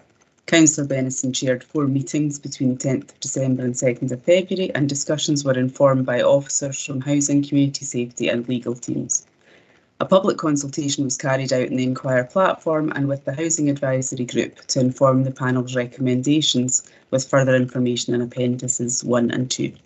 At 1.6, councillors will note the concern of the panel about the short timescale available to complete aspects of the work as detailed. Officers have acknowledged the delay in making arrangements for the panel to begin its work. For reassurance, if the recommendations are approved today, there will be further engagement with elected members and wider consultation as these policies are developed. Finally, Council is asked to note the contents of the report and the planned policy reviews and to approve the recommendations as listed at points 4 and 5. The officers supporting the panel are here today and we're happy to answer any questions. Thank you. Questions to the officers? Councillor Benison. Thanks, Provost. I just wanted to, could officers please clarify what streamlined evictions are, please? Thank you.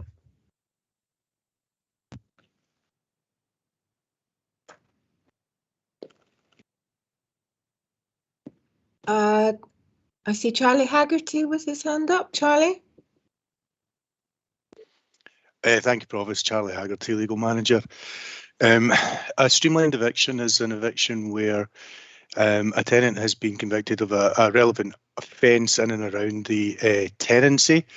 And in effect, what it means is it truncates the court process somewhat, and that the conviction itself is treated as the tenancy breach. So there's no need to require evidence on the breach of tenancy.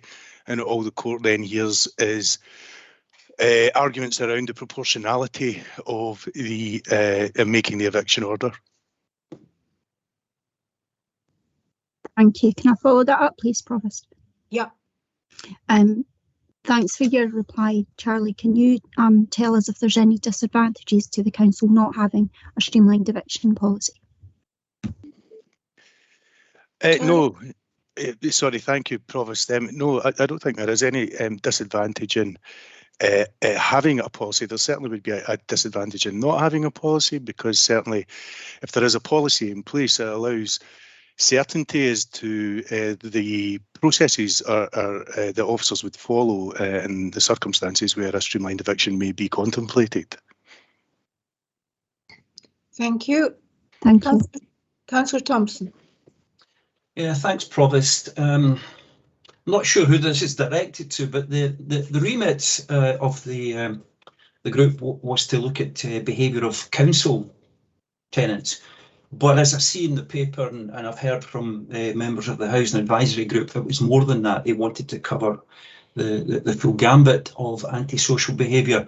Can I ask, did we look at more than just council house tenants, or did they follow the remit?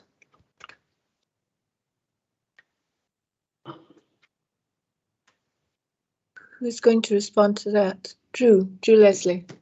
Yeah, Drew Leslie, Senior Manager for Infrastructure. I would say, Councillor Thompson, at various points in the process we spoke the issues around registered social landlords, and of course the ESB team is its approach is tenure neutral as to how we that we'll tackle cases on all fronts. I would say the survey on the Engage platform drew quite a lot of response from private tenants or non-council tenants as well. So there was a wide range. I think some of the things in the survey we are going to certainly be looking at some of that and why there is a bit of dissatisfaction amongst private tenants as well. So there was, whilst it was originally focused on the policies that you've noted, there was broader discussion as well.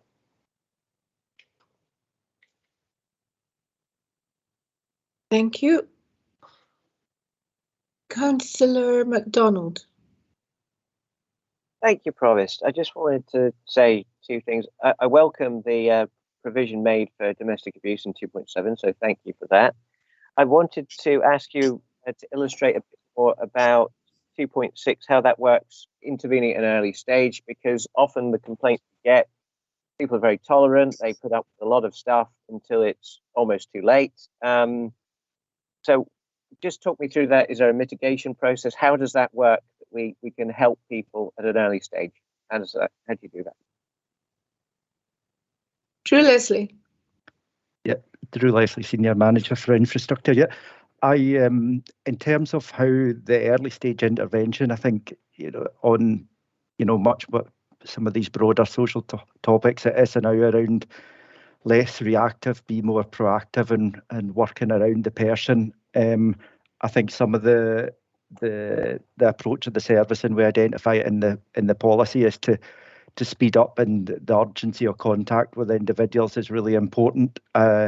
But resolving early, and I think some of the stats identified earlier solutions, but taking a mediation approach, a warning approach, and tackling these issues early. I think the team leader for community safety would certainly identify that cases are closed quicker, agreements are made quicker with that early action being taken. Thank you. Thank you. Stephen Clark, do you have something to add? Yeah, thanks, Provost. Just in terms of Councillor McDonald's questions, just to Can note you that, tell us your job title, Stephen? apologies, it's Stephen Clark, Chief Officer for the Housing Service. Just in terms of Councillor McDonald's question there as well, I would point out as well that in terms of the Housing Service, we support the funding of an additional 2 officers that have been recruited in the last 12 months, and that really helps to act in a more proactive way as opposed to being reactive. We've got more resources there to be able to deal more effectively with complaints coming through. Thank you. Thanks very much. Thank you. Councillor Earl. Thank you, Provost. A couple of questions. First of all, follow up from Councillor Benison's question about the streamlined evictions process. What would be the range and level of convictions that would equate to a breach of tenancy and therefore equal an eviction? Provost, I'll take that if that's okay. Yep. Thank you, Provost. Thanks for the question, Councillor Errol. There is no, I don't think there is any set divine criteria as such. It's all dependent upon what the nature of the offence is, the level of the offence, and where the offence takes place. So, for instance, a breach of the peace, which happens in the city centre, is not the same as a breach of the peace which happens in the close of a tenement building. So there is that aspect of it. So there has to be a connection with the flat, the tenancy, the locale, for it to become relevant. So would one expect to see, as this is developed and is put before councillors, that there would be this would be detailed in there, this aspect of it? Policy, no, because policy in its very nature is more broad in its approach. However, procedurally, we're guided by there is Scottish Government guidance in relation to streamlined evictions and their usage, and also to decisions of courts, and through the course of the meetings with the panel, we provided a number of cases from various sheriff courts on the use of streamlined evictions, when it was appropriate, when it was not appropriate, what had to be taken into consideration. The fact that it wasn't just a rote checklist that had to be applied, that there had to be genuine and proper investigation into the circumstances, and so on and so forth. So all of this will feed into the policy and the procedures which will sit behind that policy, and which will obviously, being a policy, will have to be brought to either council or to committee in the new administration for that to be scrutinised and approved. And there will also require to be some element of public engagement around that, which is appropriate in these circumstances. So yeah, that's kind of where we are at the moment, Councillor. That's helpful, thank you. My other point is regarding the introduction of a sensitive lettings process on here, which I welcome. I welcome the work of the scrutiny panel to introduce this. Now, that's got to be worked up and developed. In the interim time, we don't know exactly how long that will take. Is it something that can be that direction of travel that can be used as the equivalent, if you like, of a planning material consideration in the way that housing officers are applying allocations from now on, from a point of view of an understanding that there will be a sensitive lettings process in place in the short to medium term? Who's going to answer that? Stephen McCabe? Stephen? Yeah, thank you, Provost. Stephen McCabe, Housing Allocations Team Leader. I think in the interim, until the sensitive lettings policy or process is actually added to the housing allocations policy, Councillor, we won't be able to implement that process. What we can do where we're aware of specific incidents of antisocial behaviour in a particular area is try and be as sensitive as possible within the existing allocations policy. So there have been examples recently where we've been aware of situations. We do have 4 groups that we can choose to go to, so we can choose which of those groups we can go to and try and be as sensitive as possible that way. But until the actual process is in the policy, we can't implement that, I'm afraid. Okay, thanks for that clarification. Thank you. Thank you, Councillor Kane. Thanks, Provost. Can I ask clarification on a couple of points? 2.8, in respect to the review of antisocial behaviour, concerns were raised, I think, by HAG around process and the closure of cases, along with the case review periods. However, the service notes that these are important operational activities to ensure best use of resources and to manage expectations. Can I just get a sense of, is that the service in effect saying thanks very much, but we're not really going to do anything based on these points of concern? Or is the service going to do something based on these points of concern? What does that sentence actually mean in practice? It doesn't really say much the way it's written. Drew. Yeah. Leslie. Drew Leslie, Senior Manager for Infrastructure. Yeah. Councillor Kane, just the service have identified the need to put a review period in cases. So when cases, I think they're identified around 30 days, where they do a thorough review with it as a team. And I think it's important that there are occasions, unfortunately, where the behaviour might fall below what could be considered antisocial behaviour. So it helps if the team leader is reviewing it or the senior officers reviewing it with the case officer, so that we don't build up expectations of the complainer, and that's and that cases can be closed if there is no ongoing evidence of antisocial behaviour. So it's a clear operational action to ensure best use of resources. We are wanting to make sure, though, that cases are closed appropriately, and the new policy includes case closure satisfaction service, where people will be able to make clear their opinions and reviews. So that is in the new policy as well. Okay, Provost, my second point, I'm not sure, Drew, that was really just rearranging the words that are written in 2.8 for that one. I'll maybe pick that up with you offline. The second one is in 2.9.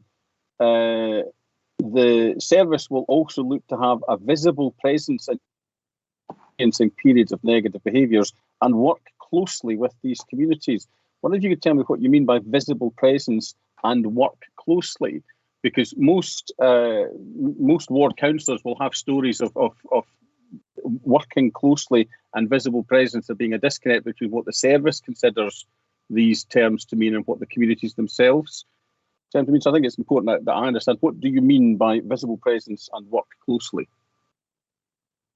Yeah, Councillor Kane, thanks. This was raised at the HAG meeting in particular, and we had discussion on that. And I think a visible presence is boots on the ground, officers out, visible in areas where antisocial behaviour has been taking place. I was dealing with a particular instance today, and the team leader's going to allocate staff to that and go out there and show a presence in the community. I think in terms of how we also work with communities, partnership working has got to be part of this. It has to be a multi-agency approach. We're doing a lot of work internally with youth services, criminal justice, social work, and we're also supported by legal services, and likewise housing officers, I'm sure Stephen would say, are in their presence in communities as well. So how we engage with communities as well, I think we can probably do more there. I've certainly attended community council meetings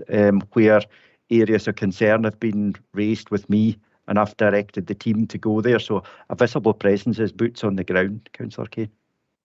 Thank you, Drew. Thank you, Councillor McPherson. Provost, one question or comment? Questions at the moment? Yeah, okay, I'll just wait for a comment. Thank you. Thank you. Councillor Benson, have you not had two questions? Sorry, I was wanting to comment as well. I'll wait till comments. Thank you. Yeah, we'll get to comments shortly. Any further questions? Councillor McGill? Thank you, Provost. I just wanted to ask, I noticed on page 159 that 19.16% of the respondents didn't know how to report antisocial behaviour, and I just wondered what work was being done so as the channels of communication were more apparent to people, so as if they did have a problem they could raise it swiftly.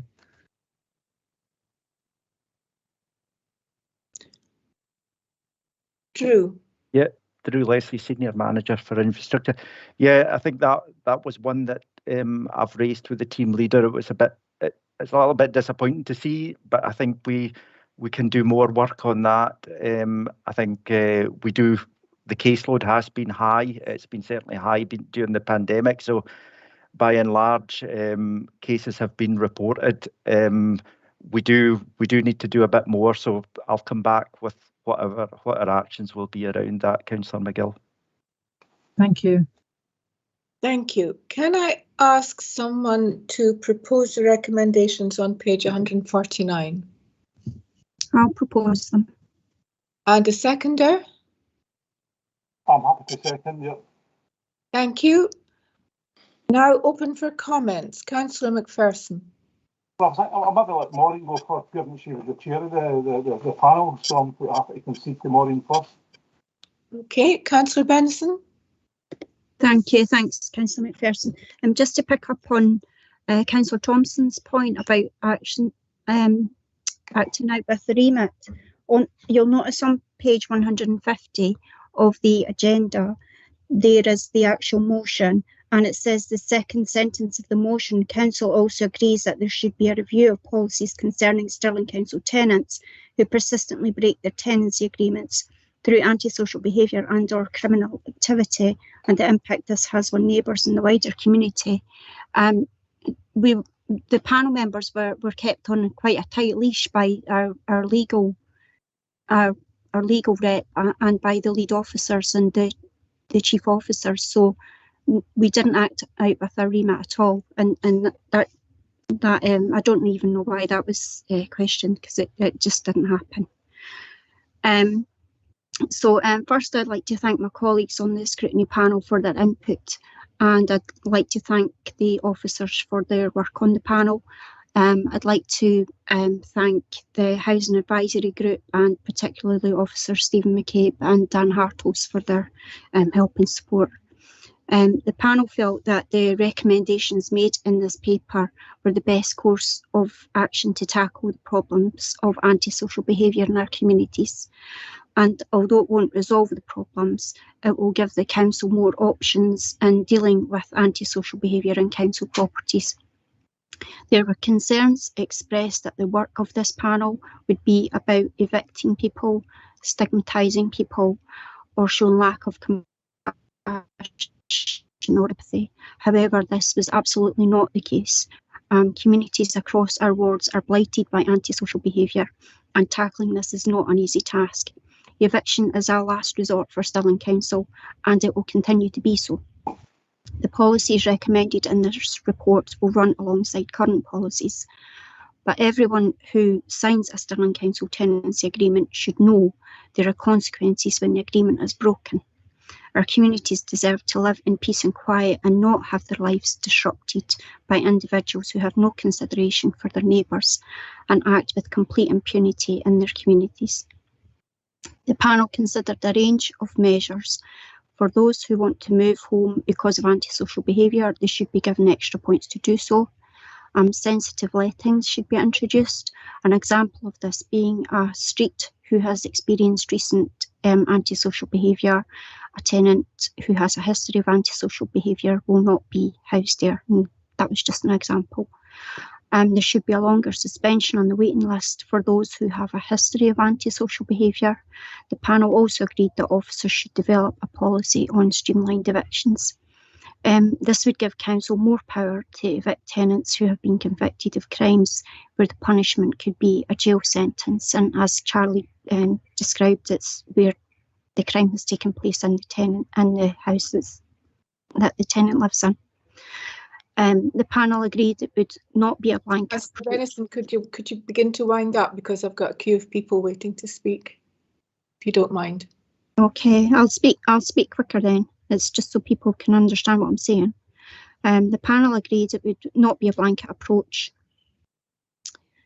These policies will be developed and councillors can consider them later in the year should this paper be agreed. I hope the antisocial behaviour policies considered will be progressed. Now, respectfully request Council supports the recommendations in this paper. Thank you. Councillor McPherson. Yeah, thanks for that, Provost. No, I'd like to thank everybody, as Councillor Denison said there. I think obviously thank Maureen for chairing it so well, and very good, and challenged officers. That's the job of the scrutiny panel. I think to me, in some way, it falls short of what I was expecting to achieve, but rather with the legalities around it. And I know we challenged Stephen Clark and Stephen McCabe and Dan Hartles over this, but this zero tolerance approach that we all want in practical terms doesn't really work, because we're constrained by sort of government policy and the judiciary. We quite bluntly don't live in the real world, the judiciary. And the very thought of inviting them along, they'll come along. Well, why not? They just don't live in the real world, and that's what we're constrained by here. And I'm looking at the recommendations on the page here at 4A, sensitive letting. Great example was we had a block of flats in Flynn, 4 block, 3 elderly residents in it, long-term council tenants, and then a person with a chaotic lifestyle that's moved in and completely destroyed the block, really put people into hospital with their nerves. So I'm really pleased to see that one going in there, because casework there justified it. The suspension from the housing list, good. I welcome that. The sensitive letting policy, sorry, I've covered that there. But the issue about the additional points, that there is definitely going to be a very difficult one to manage. And yes, it'll be for a future council and future Environment and Housing Committee and ultimately HAG. And again, Provost, we really like to thank the work of the Housing Advisory Group here and the Stirling Tenants Assembly, who are kind of both represented on it. Ultimately, they're the ones that are answerable to the tenants, and I thought their input at that special HAG meeting was very, very good. Again, their frustration was quite clear too, that we couldn't go further. But I think all in all here, we've extracted the maximum we've got here. It will make a difference, but it will be up to a future council to scrutinise it. Thank you. Thank you. Councillor Flanagan. Thanks, Provost. It's just to agree with what was being said there. I think there was an impression amongst the public that the council was a toothless organisation. It wasn't prepared to do anything. There was no end of complaints from residents for all manner of antisocial behaviour, and so I'm really glad this was put through. It obviously came up at a council meeting. It was then amended and, ended up into the ad hoc panel. I think what it's shown is the power of what can be achieved very quickly with the right people, the right forum and the right information. And I think had this, well, certainly if this comes back again at the start of the next administration and runs for however long it needs to, that could do a lot of good things for this. I think the main thing for me was actually seeing some real things come out of it, and that's all the recommendations that are on page 149. And I'm pleased to support that. And I think what it's also shown the public is just how the council is not a toothless organisation, and that we do listen to what they say, and that we will have no tolerance to antisocial behaviour and the destructive things it does to local communities. But no, completely support the recommendations and the work the panel did. Thank you. Councillor Thomas. Okay, thank you, Provost. First of all, I'd like to thank Councillor de Venison for the way that she led this panel. And I'd also say this is, to me, an exemplar of cross-party working within the council, and I hope whatever happens in the council in the next year, that this kind of thing is continued, because I think it's the way that we should try to work together. And I support all the recommendations. I think a theme that did come throughout all the discussions was the judicial system and the complete frustration of the officers and everybody else who have the evidence and try to not as a last resort, because they do work, the council does work with the tenants, but as a last resort to go to the judicial a system and often not backed up. Thank you. Thank you. Councillor Thompson. Yeah, thanks, Provost. First of all, I'd like to apologise to Councillor Benison if she thought that I was saying that she hadn't followed the remit. I understand she did. Of course she did. What I'm saying is it was a very narrow remit, and having chaired HAG and hadn't listened to the HAG members, they've got concerns, and as Drew Leslie pointed out, that there are problems in HMOs, etc., etc. I could go on. So please, it certainly wasn't intended as any way you chaired it. As my understanding, I did attend one as an observer, and I think it was a very good meeting. But on the wider picture, and I think both councillors Tollemache and McPherson share the same frustration as we do.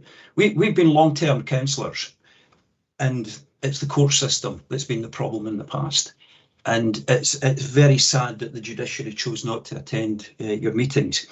But turning to the sensitive letting, it does work. And I can give a couple of good examples in my own ward. The Holy Trinity Church, we make sure that it's the right type of people in there because of its location. And if you'll recall, we had difficulties with flatted accommodation at the bottom of Irvine Place. And again, sensitive lets. I've never had one complaint in about 7 or 8 years, because we were able to use our powers as limited as they were.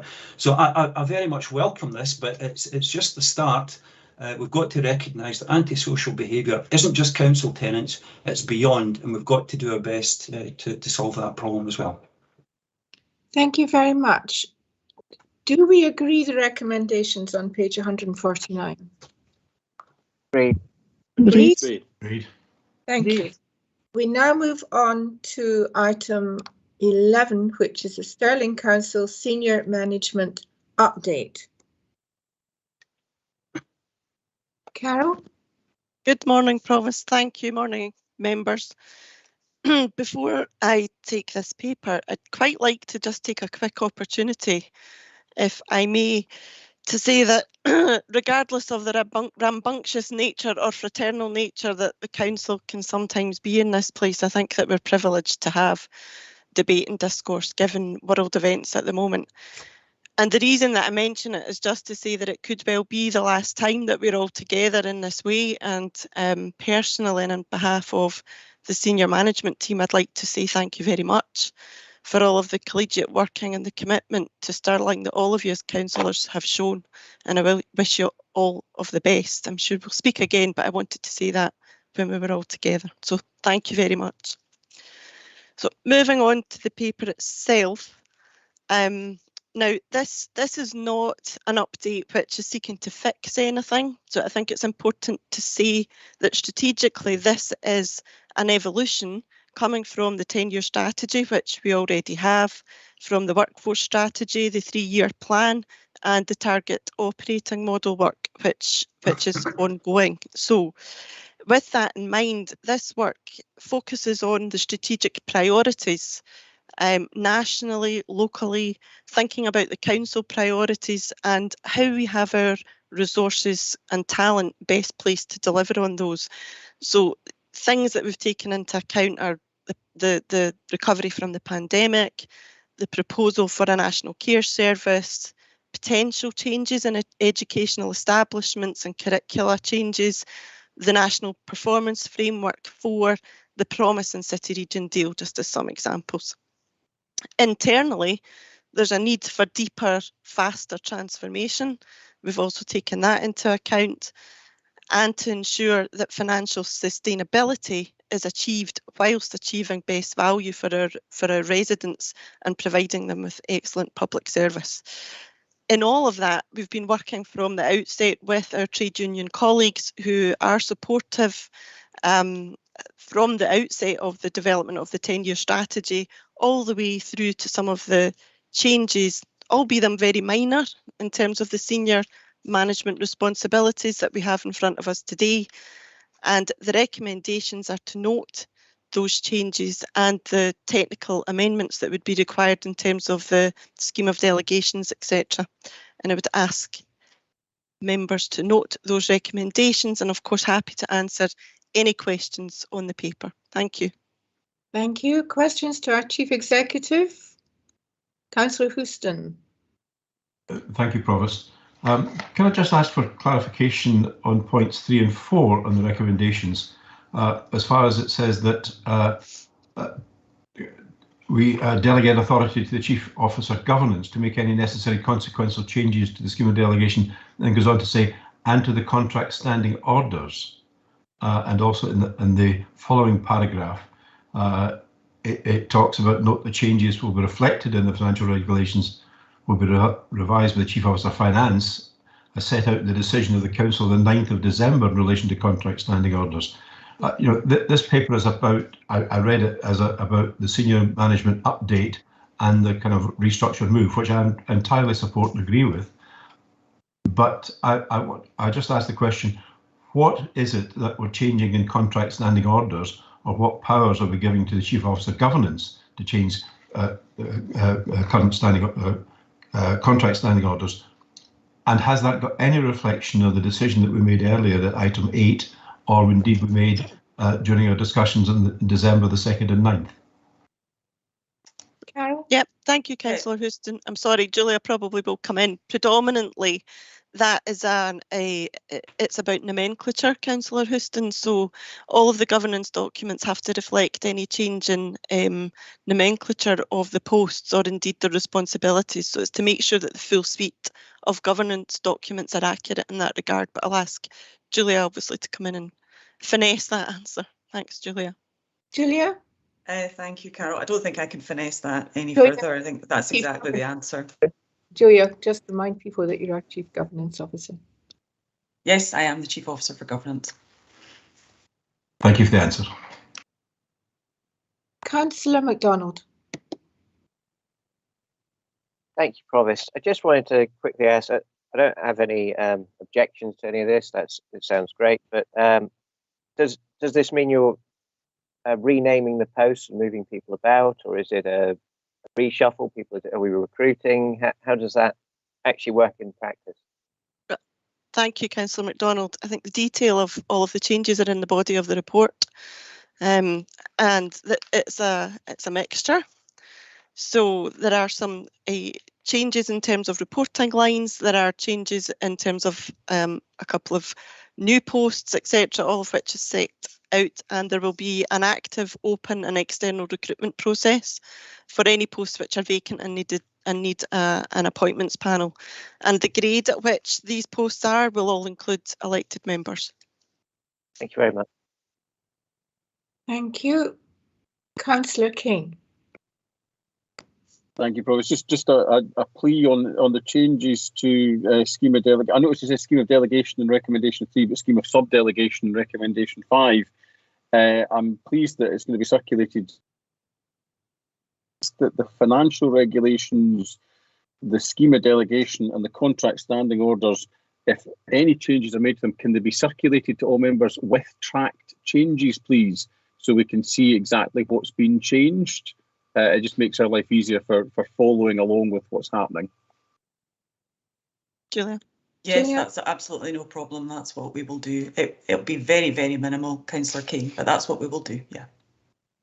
Thank you. It would be useful if we make changes to any documents. It's the tracked changes bit that's important. We've not always done it, and it's useful for us all to see exactly what's changed in these documents, whether this paper or going forward. Yes, Councillor Kane, we very much understand that. We do try and promote that. It's much easier for everybody. I absolutely agree. Thank you. Can I ask someone to propose the recommendations on page 171? Happy to propose. Thank you. Is there a seconder? I'll second that. Thank you. Are there any comments? No. We're all in agreement. Thank you very much. We now move on to our last item, which is a motion. It is now 11:55, so we are approaching the 2-hour limit. Do people want to carry on with the motion, or do people want to have a break? Yes. Yes to which? Carry on. Please carry on. Carry if you on. can. We in general Carry on. agree to carry on? Agreed. Right, we'll do Thank that. So we have a motion proposed by Councillor Benny and Councillor Martin Errol. Councillor Benny and Councillor Errol, can I remind you of the time limit set out for motions, which is namely 5 minutes for proposing a motion, 3 minutes for seconding a motion, and 3 minutes for summing up.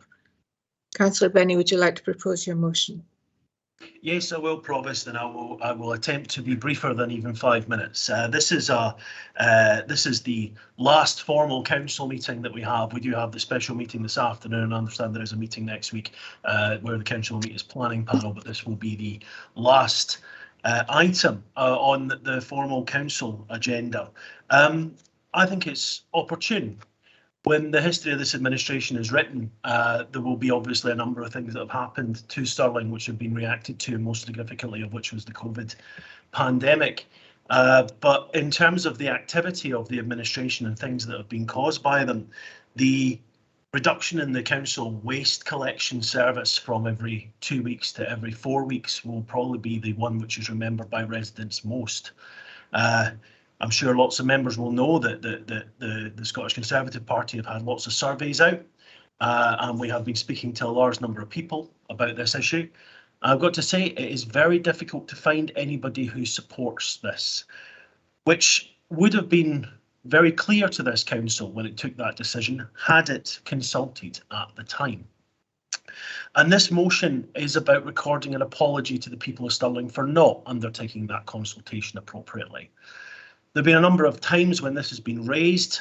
Significant petitions have been raised by the people of Stirling, and indeed not even by me, not even by us. These were grassroots petitions that were brought up with 5,500 to 6,000 people signing them across Stirling. The petitions that I've set up have had several thousand people sign them as well. And it just shows the strength of feeling that people have about this. It is still what people are talking to me about. It is still something which is live and very much of interest to people.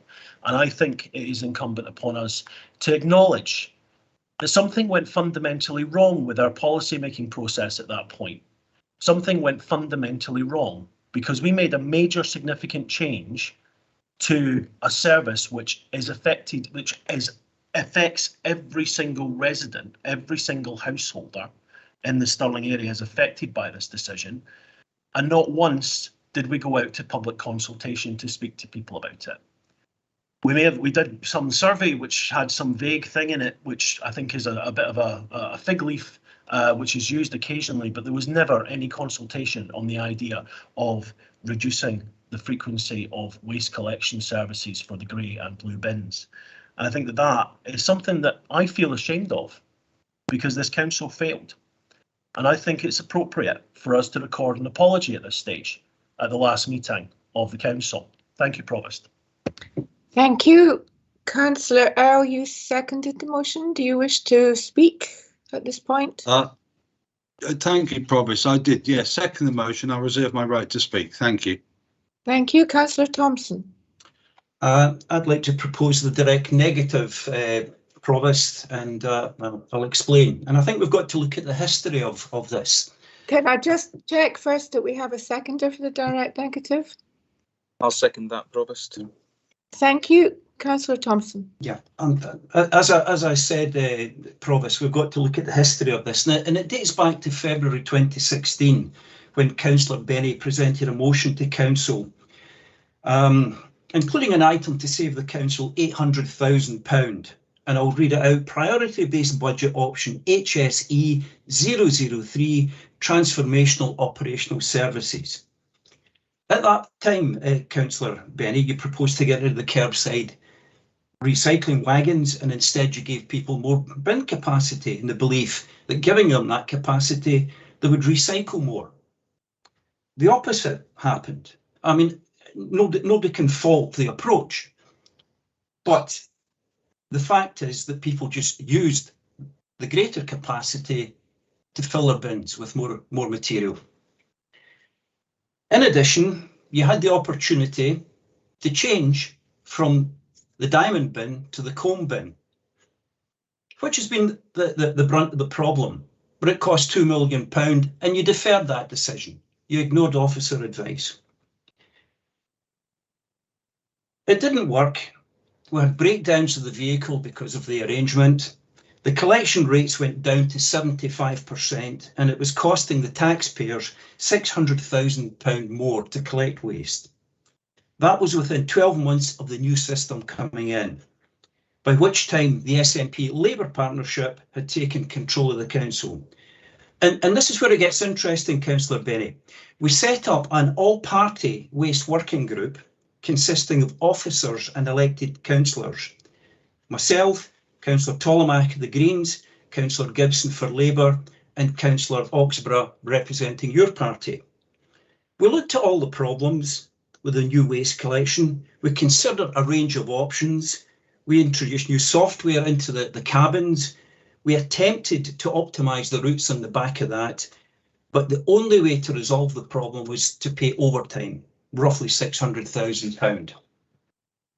That was unsustainable, so the working group, and I'll repeat this, the all-party working group looked at a range of options and recognised we had to standardise on the bins at a cost of £2 million. Turning to the future, the working group also recognised that we have to recycle 70% of our material by 2025, 3 years away. We've been stuck at 54 to 55, even with the introduction of the new system. Now, consultation. Well, the council had already agreed to adopt the Scottish Zero Waste Strategy Charter. It was debated by your party and approved at the Environment and Housing Committee, September 2018. What did the Charter say? We will design our household collection services to take account of the code of practice for the variety of household types and geography in our community. What did the code of practice say? One of the most effective ways to encourage citizens to recycle is by restricting the volume of non-recyclable material and disposal alongside effective recycling services for the core materials. You reduce the capacity provided for waste that cannot be recycled to give the appropriate motivation to our citizens to recycle. So that was agreed. Again, all party. It was debated at the joint working group latterly, and we arrived at the conclusion to meet that. And remember, this is best practice, was the 4 weekly collection. Your representative, Councillor Oxborough, will have known this. So let's stop the pretense that this came out of the blue. You've said this before to us and you knew nothing about it. If you didn't know, it was because Councillor Oxborough didn't tell you. Turning to 2025, Councillor Benny, perhaps in your summing up, you can tell us how you intend to get recycling up to the required 70% level. And that really is the reason for the change. I propose the direct negative, Provost. Thank you. Who was the seconder? It was myself, Provost. Councillor Gibson. Councillor Gibson, do you wish to speak at this point? I put my hand up, but was behind others, so I'm happy to come after Councillor Beryl, who was next. Right, Councillor Beryl. Yeah, thank you, Provost. Yeah, that's quite an astonishing display from Councillor Thompson. I thought he was wriggling and squirming and setting up, to mix metaphors, smoke screens and red herrings all over the place, and non sequiturs. Absolutely ridiculous. We can argue about the merits of 4-weekly collections, 2-week collections. We'll disagree on that, and that's all fair enough. That's not really the point of this motion. This motion was about the fact that there was no consultation of the people of Stirling, of the council taxpayers who are intimately affected by this measure. So whatever the Conservative group knew or didn't know, or whatever meetings the particular councillor went to or didn't go to, is absolutely irrelevant to this point. The point is there was no consultation of the people of Stirling who were affected by this change. That is the point, and that is what we should be apologising for. Thank you. Councillor MacDonald actually had his hand up before Councillor Beryl, so Councillor MacDonald, I'll bring you in now. Thank you, Provost. I think we could do this today and actually apologise for something that hasn't actually saved any money.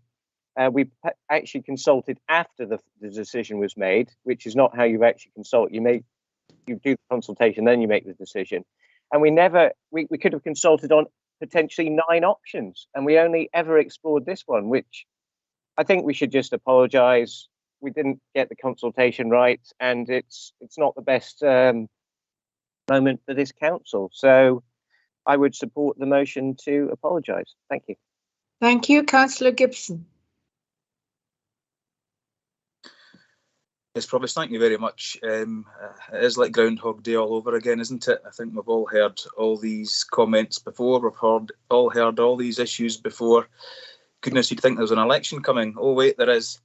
So you know, we've been through all these points before. You know, we have taken the decisions that we've taken. Councillor Thompson is actually quite right. You know, it was the Labour Conservative administration that made changes in 2016. We didn't consult the public then on what the changes were going to be. There wasn't a great big consultation at that time. There were some problems with implementation at that point in terms of getting the delivery of bins out. I remember that extremely well. I'm sure Councillor Benny does as well. But the key thing is that we took the right decision for the optimal system with the right changes in 2016, and we've taken the right decision on the optimal system in 2020, 2021. And we're seeing that in 2022. Now, what we did here, there was going to be, you know, the roof was going to cave in. There was going to be plagues of rats around Stirling and all the rest of it. Now, I haven't heard any of those that are bemoaning things tell me where these supposed plagues of rats allegedly are that were supposed to be appearing, etc. All the doom mongering hasn't come to pass, and I think for the most part, most people have got used to the system. Most people can see what's there. It has obviously challenged us all. We knew it was going to challenge us all to reduce our waste. I've had to meet that challenge, myself and my family. All families have had to meet that challenge because we have picked up bins fortnightly for over 2 decades. And the question I asked at the time, we've never, ever, ever had an answer to, except that they are now finally claiming what they're going to do. The Tories never told us what they were going to do. We've never ever heard if they were going to go back to 2 weekly until, shock horror, there's an election coming. Then there is this claim now during the election campaign they are going to go back to 2 weekly. For how many more decades would the Tories propose 240 litres lifted from every household forevermore? We've done it for 2 decades. The trajectory is the other way. They're actually, you know, swimming upstream on this one, because we all need to be changing our habits. We all need to be improving what we're doing, and we cannot do that by doing the things we've done decade after decade after decade.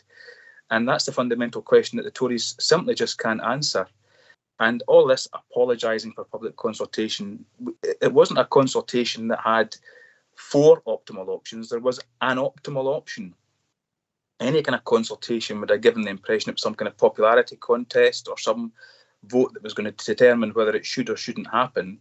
You know, nobody took the decision on the basis that we thought, you know, we all know as councillors, don't we? We all know if you're going to change one thing and it's going to cause a bit of issue, it's going to be over the bins, because it's a service that everybody gets for our 40,000 households, for our 90,000 residents. Yes, there was a petition of 5,000 people, of course there was, and you know that feedback is unfortunate in my view, but I think the most folk in Stirling have got used to the system.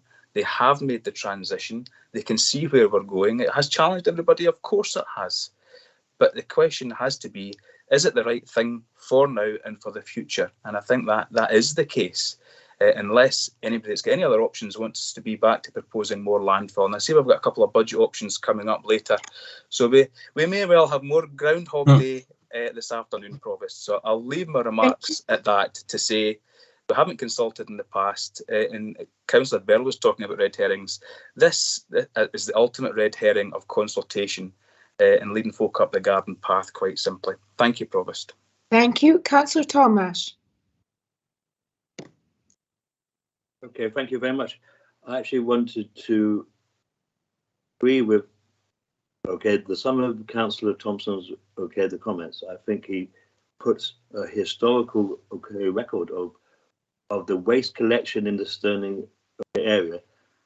And for for anybody to pretend that between 2012 and 2017 the waste collection was a huge success in Stirling is not correct. There were a lot of problems which had to be addressed. And an interesting comment I have, depending on the result of the council election, it may be that there may be a bid to return to a weekly collection. I think that would only be able to happen with a consensus. So I don't think there's any consensus within council as it is now, and we'll have to see what happens in the future for a return to a 2-weekly collection. It is correct and factually correct, absolutely correct, that there was an all-party group that looked at the waste options, and it is correct that the Conservative representative during that wasn't always at that, but there could be reasons for that. It was true that options were looked at.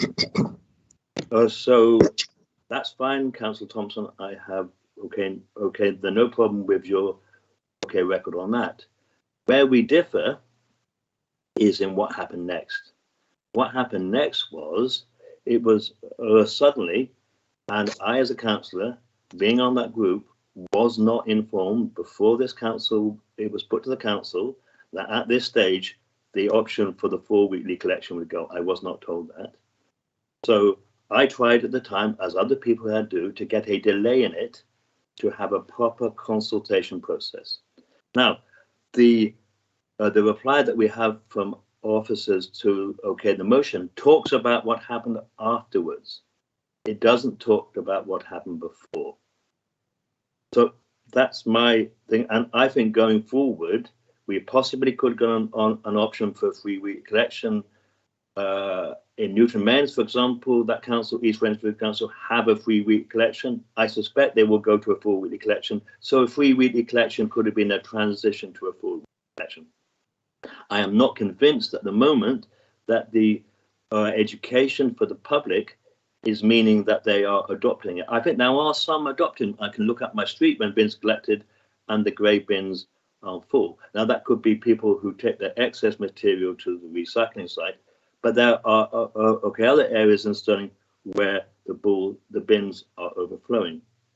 Now we're going to the motion itself.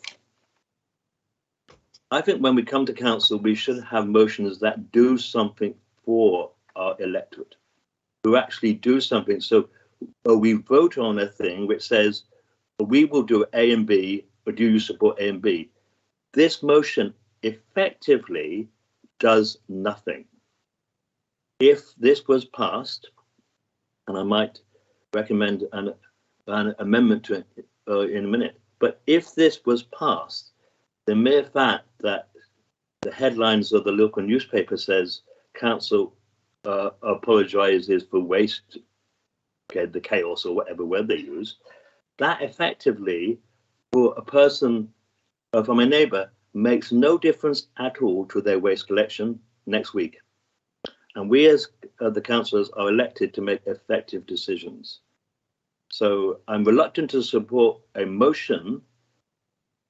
Apart from the word apology, I think it is correct because there was no without prior consultation. So if the motion removes the word apology and notes, in effect, the council notes that there was no prior consultation, then I might support it. But I think apology as such means nothing. Thank you. Councillor Flanagan. Thanks, Provost.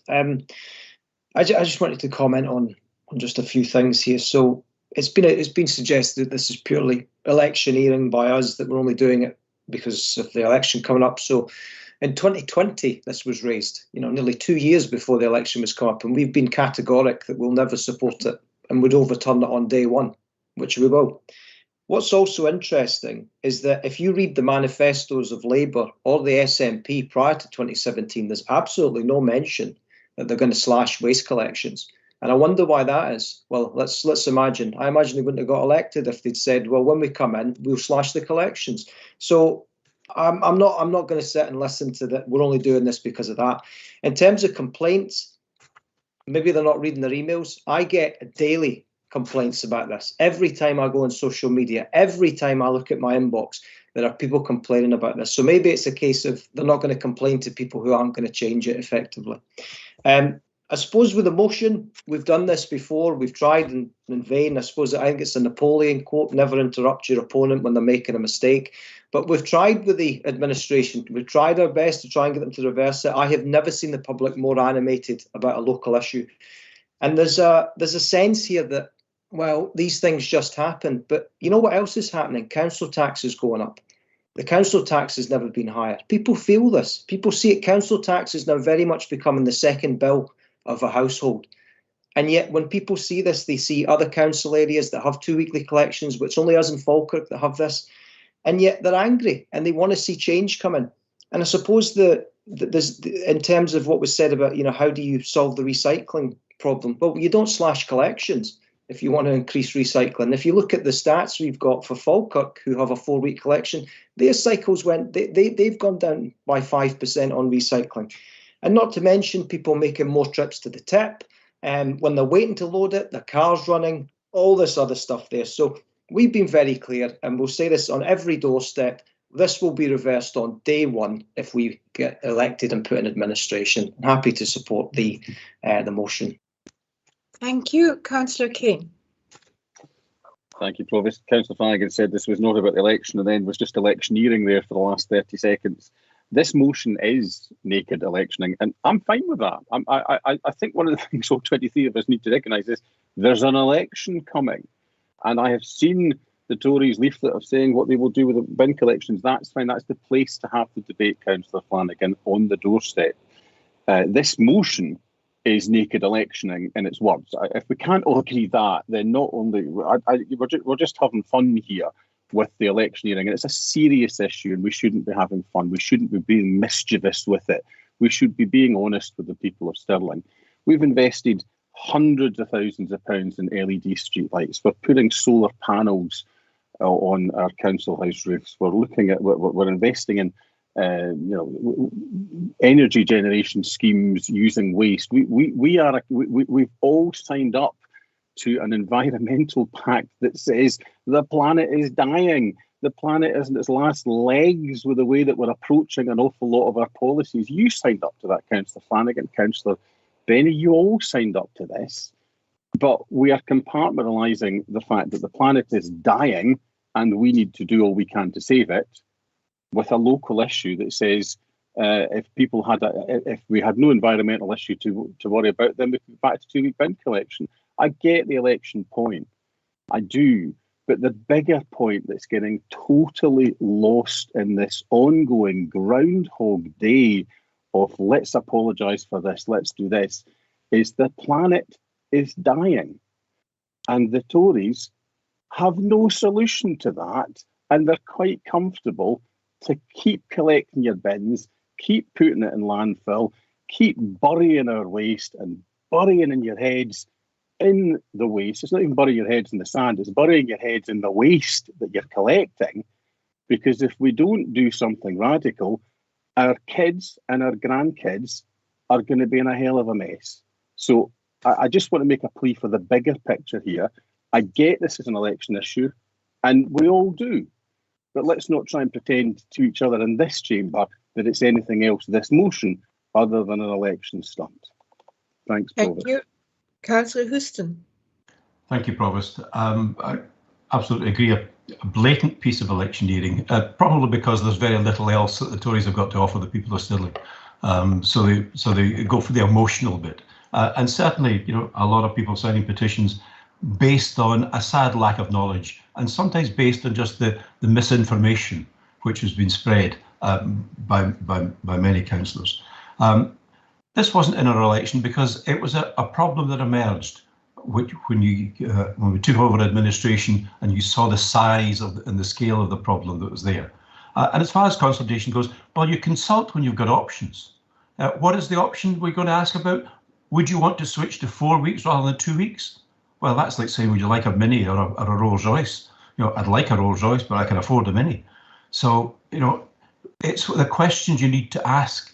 So if we've got officers, experienced officers that are telling us this is the route to take, simply, as has been said before, that's the route we followed, as previous administrations have done. So it wasn't let's take a gentle step and go for 3 weeks and then see how that goes, and then perhaps with an intention to move to 4 weeks. This was the right thing to do. This was the advice that we were given and the rationale for doing that. So I think it is being accepted that it is working now. There's still things to sort out, some of the kind of mechanical breakdowns that we're seeing, etc. But generally, people are adopting the system.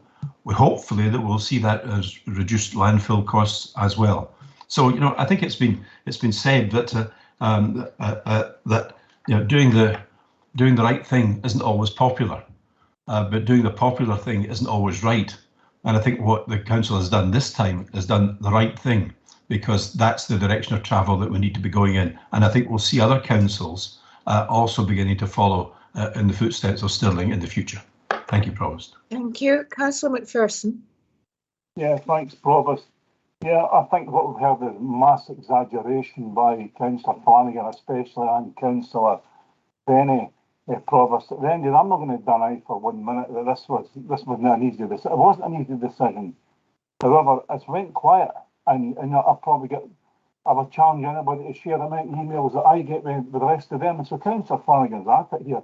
And this comes down to a fundamental issue here, Provost, down to trust, right? And I think the people I represent, I know they'll trust that the SNP are taking the right decision here. And I'll say, when it comes to the election, this is an election year. Who would trust here? Is it the party that introduced universal credit, throwing thousands of people, hundreds of my constituents into poverty? Is it a party that introduced the bedroom tax, the two-child cap, the Boris Johnson credibility? Who's actually going to trust here in the local elections? But quite honestly, let's just see what happens. The proof will be in the pudding. And I saw the Tories promoting this nonsense survey on social media, and it's not getting any traction at all. So Councillor's been massively exaggerating, and I'll come down to trust, Provost, and let's just see what happens on the 5th of May. I know that the people in my ward won't trust the Tories. We've never voted Tory in my ward. We've never returned a Tory councillor ever. And didn't hold your breath, because it won't happen again. Sorry, I think you do that. Thank you. Thank you. Councillor Maturi. Yes, thank you. Like I said, I want to echo Chris King's point of, well, we do have climate change. The earth is, if we carry on the way we're going, the earth is dying, as you put it.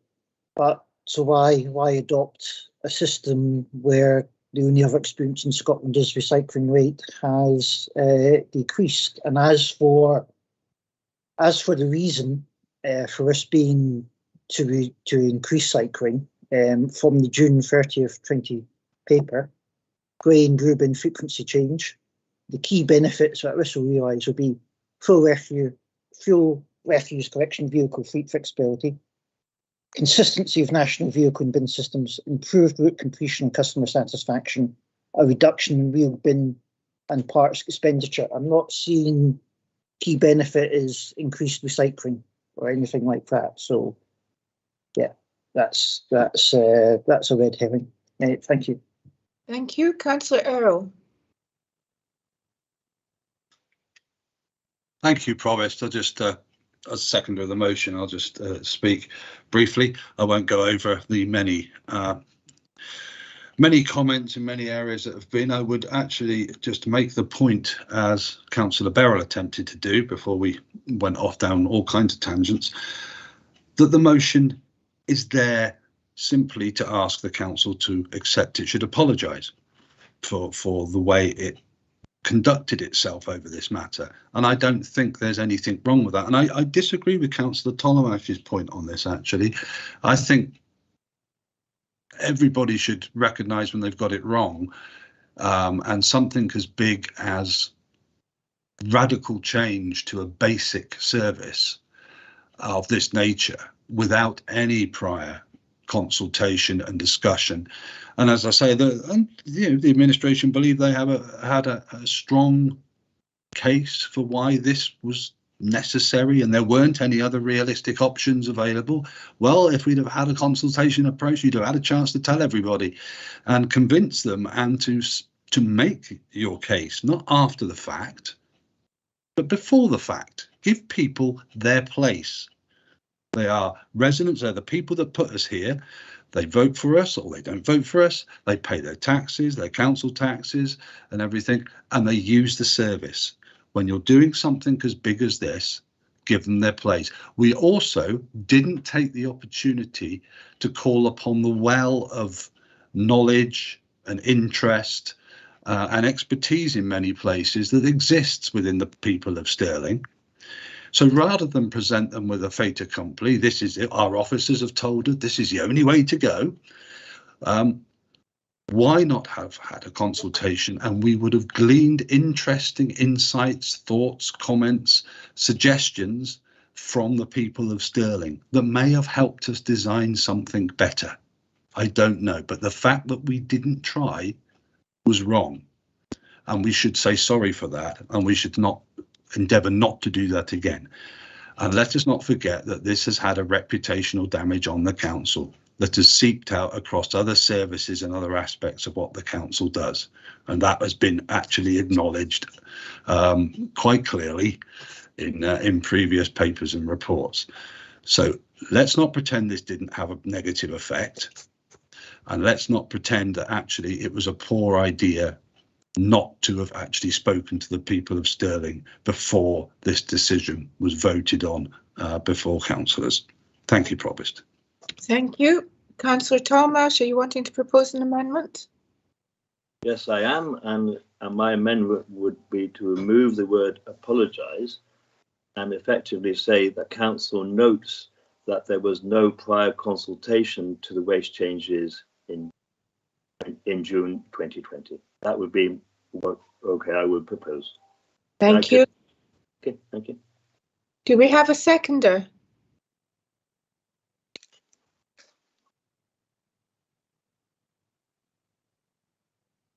Do we have a seconder? Yeah, I'll second it. Right.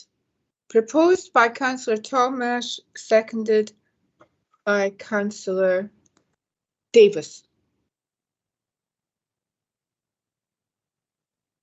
Councillor Talmash, do you wish to speak to your amendment further? Yes. Very, yeah. Yes, I do, yeah. Hang on, Julia. Provost, I wonder, just for clarity, so that everybody knows exactly what they're voting on, if Councillor Talmash could just send that, put that in an email and send that through. And I wonder, we're just nudging on to 2.5 hours, Provost, which means that a break is actually essential in terms of the standing order. So I wonder, just flagging that to you. And that would allow us to sort out Councillor Talmash's amendment at the same time. Good. Well, we'll do that. We'll have a break of 10 minutes. Would that be sufficient time? Okay, thank you, Provost. 10-minute break. And it's now 12:29, 12:30. Come back at 12:40, please. Thank you.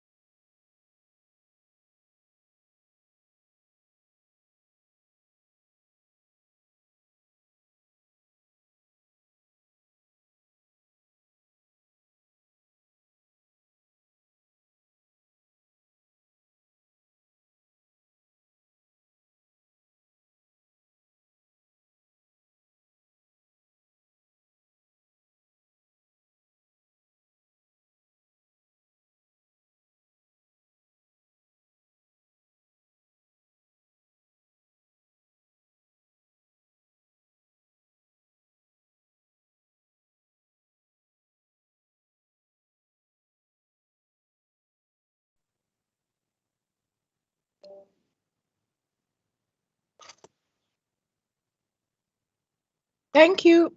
This is a reconvened meeting of Stirling Council. Can we have a roll call, please, of elected members? Thank you, Provost. Councillor Benison. I am here. Councillor Benny. I'm here. Councillor Berrell. Present. Councillor Brisley. Present. Councillor Davis.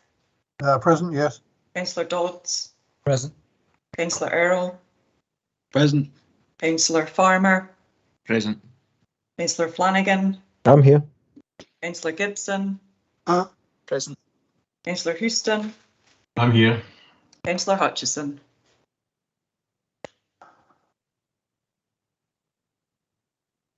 Back. Councillor Kane. Present. Councillor Laurie. Yeah, present. Councillor McPherson. Here. Councillor Majuri. Present. Councillor MacDonald. Here. Councillor McGill. Present. Councillor Oxborough. Present. Councillor Simpson.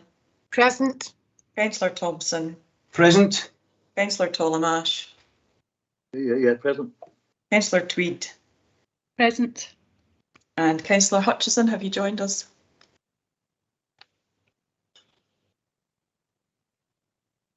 Everybody has joined us except for Councillor Hutchison, it appears. No, I'm here. Oh, Sorry. thank you. Everybody is back. Thank you very much. Thank you. We have a second amendment proposed by Councillor Tollemache and seconded by Councillor Davis. Do we have a copy of that amendment to share on the screen?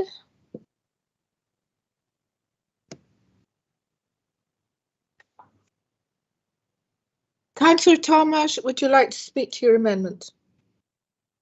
Very briefly, because I think it speaks for itself, and that's all I want to say. Thank you. Thank you. Councillor Davis, do you wish to speak? No, thank you, Provost. I was the other one to speak. Thank you. Now, can we have any other comments? Does anyone wish to speak and debate? I don't see anyone's hands up, in which case I will move to the summing up, and we'll sum up in reverse order.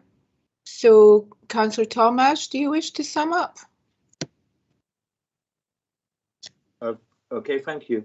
You Provost, I believe that what I said previously will suffice. I would just hope all councillors could support the amendment because I think it's factually correct. Okay, thank you. Thank you. Councillor Thompson, do you wish to sum up for the direct negative? Yeah, please. Thanks, Provost. I've a couple of corrections to make to some of the comments that have been made. But, you know, what do we go and consult on? It's not everything in Stirling Council. And the point was already made back in 2016 when there was major changes made to the bin collection. We didn't go out and consult because it was the right thing to do. So we've got to be very careful. We could consult on every single decision that Stirling Council takes. And we get the sensitivity of the bin collection. Everybody has their bins collected, so everybody has a point of view. But Councillor Earl, the code of practice, we're using best practice. It's been approved by COSLA. It's been approved by Zero Waste Scotland. It's been approved by our own council. It's been approved by Perth and Kinross, which you run. And I'll remind you that Perth and Kinross offered you less bin capacity per 4 weeks than Stirling. Is it a problem in Perth and Kinross? Well, maybe they did have individual problems to begin with, but people manage.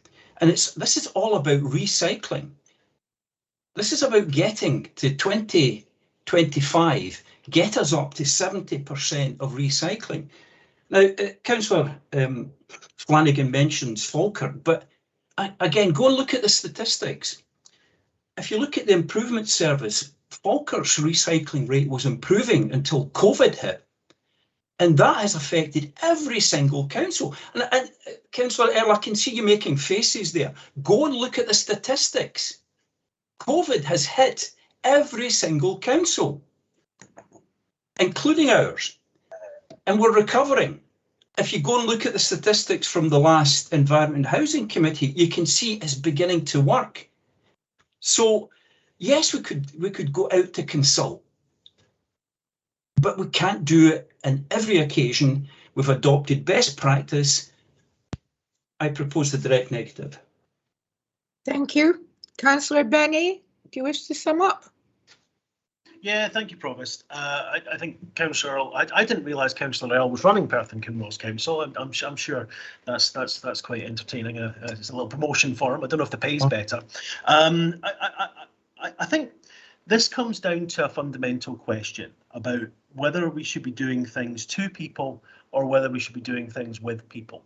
Now, there are some occasions when we make decisions where we don't need to consult, and you know those are very small technical changes and all the rest of it. When it is something fundamental to how services are delivered, with as long-term a process as we're talking about with regards to waste services, it is more appropriate to consult. Now, by consultation, I'm not talking about, because Councillor Houston's absolutely right. If you put this out to a referendum, nobody's going to vote for it.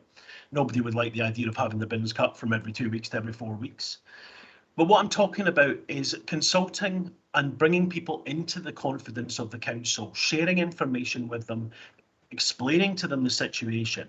I have enough confidence in the people of Stirling that they will engage with that in a positive way. I have enough confidence in the skills and the experiences of the people of Stirling that they would have something positive and useful to say to that process. I do not believe we should be cutting people out. I do not believe that people are saying that they're against this because they're ignorant or because they're stupid. I think that people are saying that they're against this because they've never had it explained to them why this is happening. They've never been spoken to about it. They've never been asked, what kind of waste service would you like to see? And that, Provost, is why the council has got this so egregiously wrong. It is an outstanding problem that we did not take the time and take the effort to go out and speak to people about these changes. Whether you agree with the changes or not is almost irrelevant. The fact is that if we had gone out to people, spoken to them, engaged with them, not just asked them what their view is, but asked them what their view on 4 weekly versus 2 weekly, but asked them what their view on the entire system is, on our recycling rates, on what it should look like, then we would not have the problems that we have in terms of the damage that has been done to this council's reputation.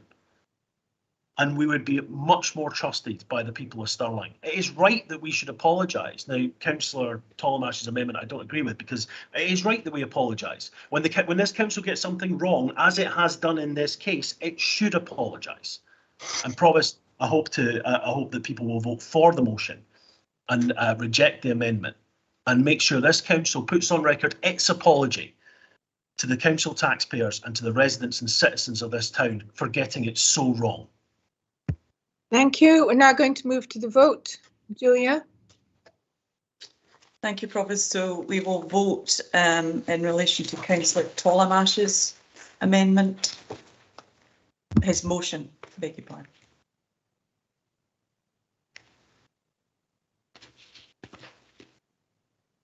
So we're now voting in relation to Councillor Tolomash's motion, seconded by Councillor Davis. Councillor Benison. Against. Councillor Benny. Against. Councillor Beryl. Against. Councillor Brisley. Against. Councillor Davis. For. Councillor Dodds. Against. Councillor Earl. Against. Councillor Farmer. Against. Councillor Flanagan. Against. Councillor Gibson. Against. Councillor Hutchison. Against. I beg your pardon, I've missed out. Beg your pardon. Councillor Houston. Against. Thank you. Sorry, and Councillor Hutchison. Against. Councillor Kane. Against. Councillor Laurie. Against. Councillor McPherson. Against. Councillor Majuri. For. Councillor MacDonald. Against. Councillor McGill. Against. Councillor Oxborough. Against. Councillor Simpson. Against. Councillor Thompson. Against. Councillor Tollemache. For. Councillor Tweed. Against. Councillor Tollemache's motion